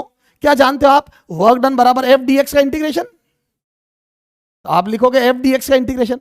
तो आपके हिसाब से तो work done F d x का इंटीग्रेशन होगा। और आप जैसे एफ डी एक्स का इंटीग्रेशन करोगे तो अब आपको फोर्स की इक्वेशन तो दी नहीं है। आप जैसे बेटा सॉरी मैं उधर, आप इंटीग्रेशन करोगे, मेरे को क्या उधर वाली टीवी पे ऐसा लगा तुम उधर पढ़ तो मेरे को आप अब फोर्स की इक्वेशन तो दी नहीं है, तो मेरे को एफ का इंटीग्रेशन करना है एक्स के रेस्पेक्ट में। आपने फोर्स की इक्वेशन तो दी नहीं है। अगर इक्वेशन होती तो मैं वैल्यू रखता, जैसे एफ बराबर दिया होता मेरे को 2x, तो मैं 2x रख के इंटीग्रेट करता। ऐसे भी क्वेश्चन आएंगे आपके। अगर फोर्स की इक्वेशन देते तो मैं यहाँ 2x रख के इंटीग्रेट कर देता, फॉर्मूले लग जाते। जो अपन ने अभी से पहले तक पढ़ा, ग्राफ से पहले तक पढ़ा, वो सब काम हो जाता। तो पहले मैंने याद है v की इक्वेशन दी थी 60 स्क्वायर, तो वहां पे तो इक्वेशन रख के सोल्व कर दिया, वो तो बहुत आसान है। लेकिन अगर ग्राफ अवेलेबल हो, आपको किसी भी चैप्टर में ग्राफ अवेलेबल हो, तो मैं बोल दूं बच्चों इसका मीनिंग ही यही हो गया कि x एक्सिस पे अगर dx है और f है तो f dx का मतलब ही हो गया कि छोटे से एलिमेंट का एरिया। तो मैं बोल दूं ये f dx हो गया। देखो दिस इज f dx, ये f dx है और इसका ऐड करना, इसको ये f dx हो गया, ये इसको ऐड करना है, ये ऐड करना है। कहां से कहां तक? 0 से लेके 2 तक। वर्क डन फ्रॉम x बराबर 0 to 2। यहां पे और लिख दो फ्रॉम x बराबर 0 से 2 मीटर तक वर्क डन निकालना है। तो मैं बोल दूं बच्चों यहां 0 से 2 करना था। लो तो यहां पे x बराबर 0 से 2, तो ये एरियाज जो है छोटे छोटे वो सब जोड़ने 0 से लेके 2 तक। हेलो हेलो, समझ में आ रही है? तो ये सारे एरियाज जोड़ने, तो ये पूरा एरिया आ जाएगा। समझ आ गया? तो 0 से लेके 2 तक सारे एरिया जोड़ोगे तो टोटल वर्क आ जाएगा। देखो इसमें फोर्स वेरी कर रहा है, फोर्स बदल रहा है। देखो यहां पर फोर्स 0 था, यहां 1 न्यूटन 2 न्यूटन जो भी है, फोर्स बदल रहा है। आनंद आ गया? हाँ, और ये फोर्स की वैल्यू भी रख दो यहां पे। सुनो ये 10 न्यूटन, या 10 न्यूटन लिख लो। अगर ये नहीं लिखोगे तो कैसे पता? तो ये तो फोर्स वेरी कर रहा है। 0 पे 0 था और 2 मीटर पर जाते जाते फोर्स 10 हो गया, मतलब मैं धक्के तेज दे रहा हूं, फोर्स ज्यादा लगा रहा हूं। कोई बात नहीं। तो देखो वेरिएबल का भी कितनी आसानी से इंटीग्रेशन हो गया। तो मुझे इस बार क्या करना था? मैं बोल दूं एरिया अंडर दी कर। तो यहां पे मैं बोल दूंगा बच्चों एरिया अंडर दी कर। क्या बोलूंगा बच्चों? एरिया अंडर दी कर। ठीक है, यहां लिख दो एरिया अंडर दी कर। तो यहां लिख रहा हूं मैं एरिया अंडर दी कर। क्या लिखूंगा? एरिया अंडर दी कर। तो मैं बोल दूं बच्चों area under the under F x कर। ठीक है, area under the F versus x कर फ्रॉम एक्स बराबर 0 to 2, 0 से लेके 2 तक कर का एरिया। तो बोलो कितना आ जाएगा? तो ये दिया है 10, एक कलर चेंज कर रहा हूं, तो this is 10, this is 10 Newton, 10 ही कर दो। This is 10 and this is 2। तो बेस हो गया 2 और ये 10। तो बोल दो एरिया कितना हो जाएगा? बोलो ये एरिया आ जाएगा, एरिया आ जाएगा, तो ये आ जाएगा वर्क डन बराबर half into height into base. ये आ जाएगा हाफ इंटू हाइट 10 और बेस आ जाएगा 2। तो मेरा तो आंसर आ रहा है 10 जूल। आया आनंद? तो हम वर्क निकालना सीख गए किससे? एफ एक्स कर्व से। क्यों? क्योंकि वर्क होता है एफ डी एक्स का इंटीग्रेशन। अब आपके पास अगर एफ की वैल्यू है, इक्वेशन है, तो एफ की इक्वेशन रख के सोल्व कर दो, वो तो आसान। और अगर इक्वेशन नहीं, ग्राफ है, तो एरिया निकाल लो। तो 100 बात की एक बात, जब जब आपका इंटीग्रेशन होगा तो एरिया अंडर दी कर ले लेना। अगर एफ का एक्स के रेस्पेक्ट में इंटीग्रेशन होगा तो एफ एक्स कर्व का एरिया अंडर दी कर लेना, और एफ का टी के रेस्पेक्ट में इंटीग्रेशन होगा तो एफ टी कर्व का एरिया लेना। तो एरिया किसका लेना है? जिनका इंटीग्रेशन हो रहा है उस कर्व के अंदर जो चीजें हैं उनका एरिया लेना है। ओके सर, बहुत अच्छे समझ में आ गया। चलो आ जाओ, एक क्वेश्चन और करके बताओ, समझ में आ गया तो फिर मैं होमवर्क में कुछ क्वेश्चन और ऐड कर दूंगा। चलो आ जाओ। जैसे मैंने आपको बोल दिया, if PV curve or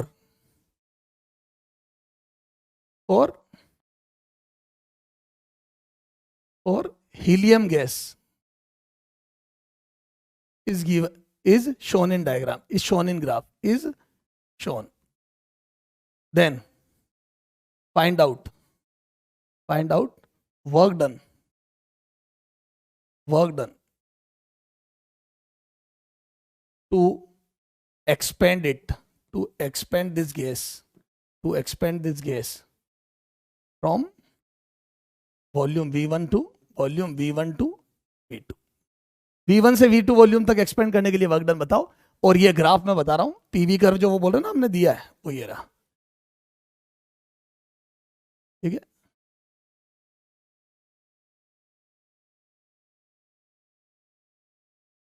चलो ठीक है,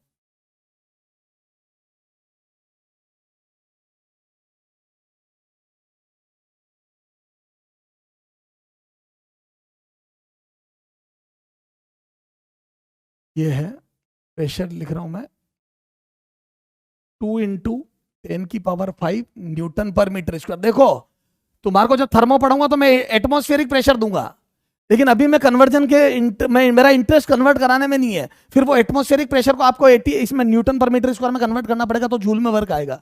पर अभी मेरा वो कोई इंटरेस्ट नहीं है, तो मैंने एटीएम की जगह सीधा 2 × 10⁵ न्यूटन एमकेएस में दे दिया, ठीक है सर। और ये वॉल्यूम भी मीटर क्यूब में दे रहा हूं मैं, तो यहाँ पे वॉल्यूम है बच्चों 1 metre cube and this is 5 metre cube. या चलो हाँ यूं कर दो, ठीक है।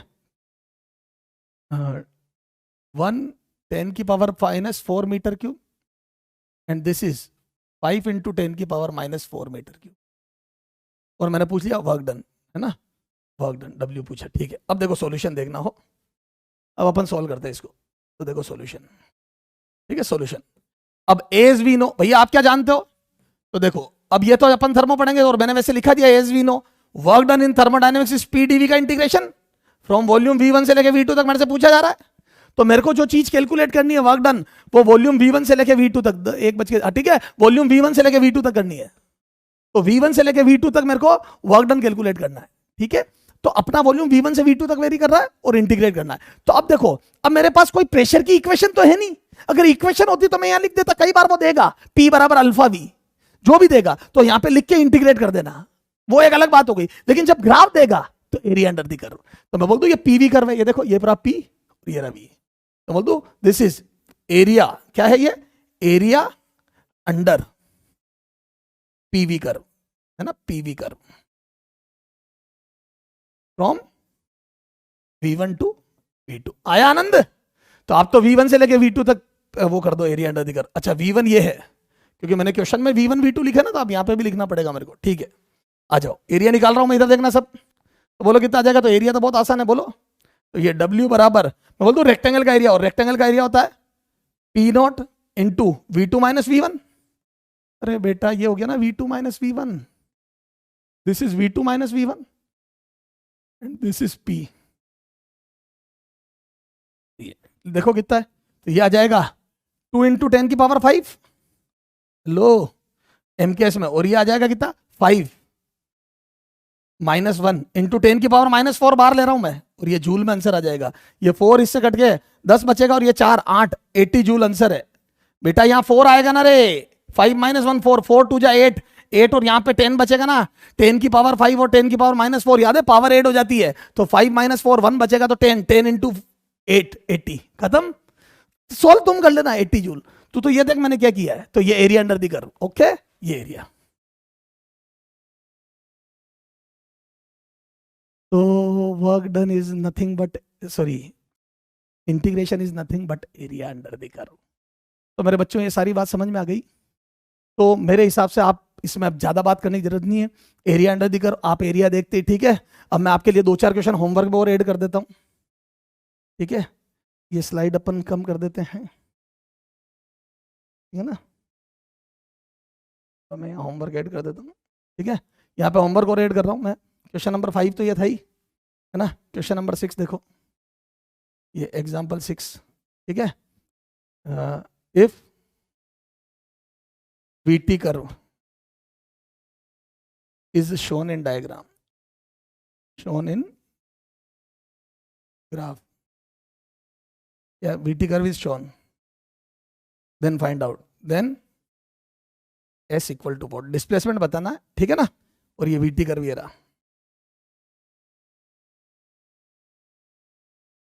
ये VT कर्व, ये V, ये T, ये VT कर्व ये रहा, ठीक है।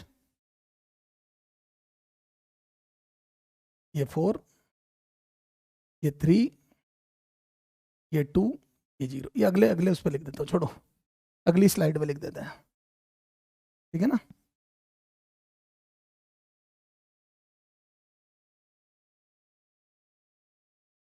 है ना, VT curve is shown, then S, find out displacement, find out, then find out displacement, displacement in t बराबर 0 to 2 सेकेंड, 4 सेकेंड, 6 सेकेंड, ठीक है। ये VT करो, ठीक है बच्चों। इससे क्या तुम्हारे ग्राफ की फील भी बन जाएगी। बाकी आप मॉड्यूल DPP के क्वेश्चन मार्किंग आपको भेज दी जाएगी, वो आपको क्वेश्चन करने हैं। एक DPP दे दूंगा 0 से 2, 4, 6 and this velocity is 12 metre पर सेकेंड, ठीक है। और ये टाइम सेकेंड में, ये सेकेंड में, सेकेंड में ये टाइम है बच्चों, 2 सेकेंड, 4 सेकेंड और 6 सेकेंड लिखा हुआ ये है, ठीक है। तो आपको इसमें डिस्प्लेसमेंट निकालना है, फाइंड आउट डिस्प्लेसमेंट, ठीक है। तो कुछ नहीं है, VT कर्व में, अच्छा यहाँ पे लिख दो वेयर, बस ये लास्ट है बच्चों, ठीक है। उसके बाद अपन बाय बाय कर लेंगे। Where S equal to VDT का इंटीग्रेशन होता है, ठीक है। अब इक्वेशन नहीं दिए तो आप क्या करोगे, एरिया अंडर द कर्व, ठीक है बच्चों। तो ये मेरी तरफ से ऑल अबाउट इंटीग्रेशन, आपको होमवर्क दे दिया गया है, ये आपका होमवर्क है, आप होमवर्क करेंगे इत्मीनान से, और आपको एक DPP भेज दी जाएगी बच्चों। Bye bye, best of luck, और अपने किरदार को इतनी शिद्दत से निभाओ कि पर्दा गिरने के बाद भी तालियां बजती रहे, ठीक है बच्चों। Bye bye.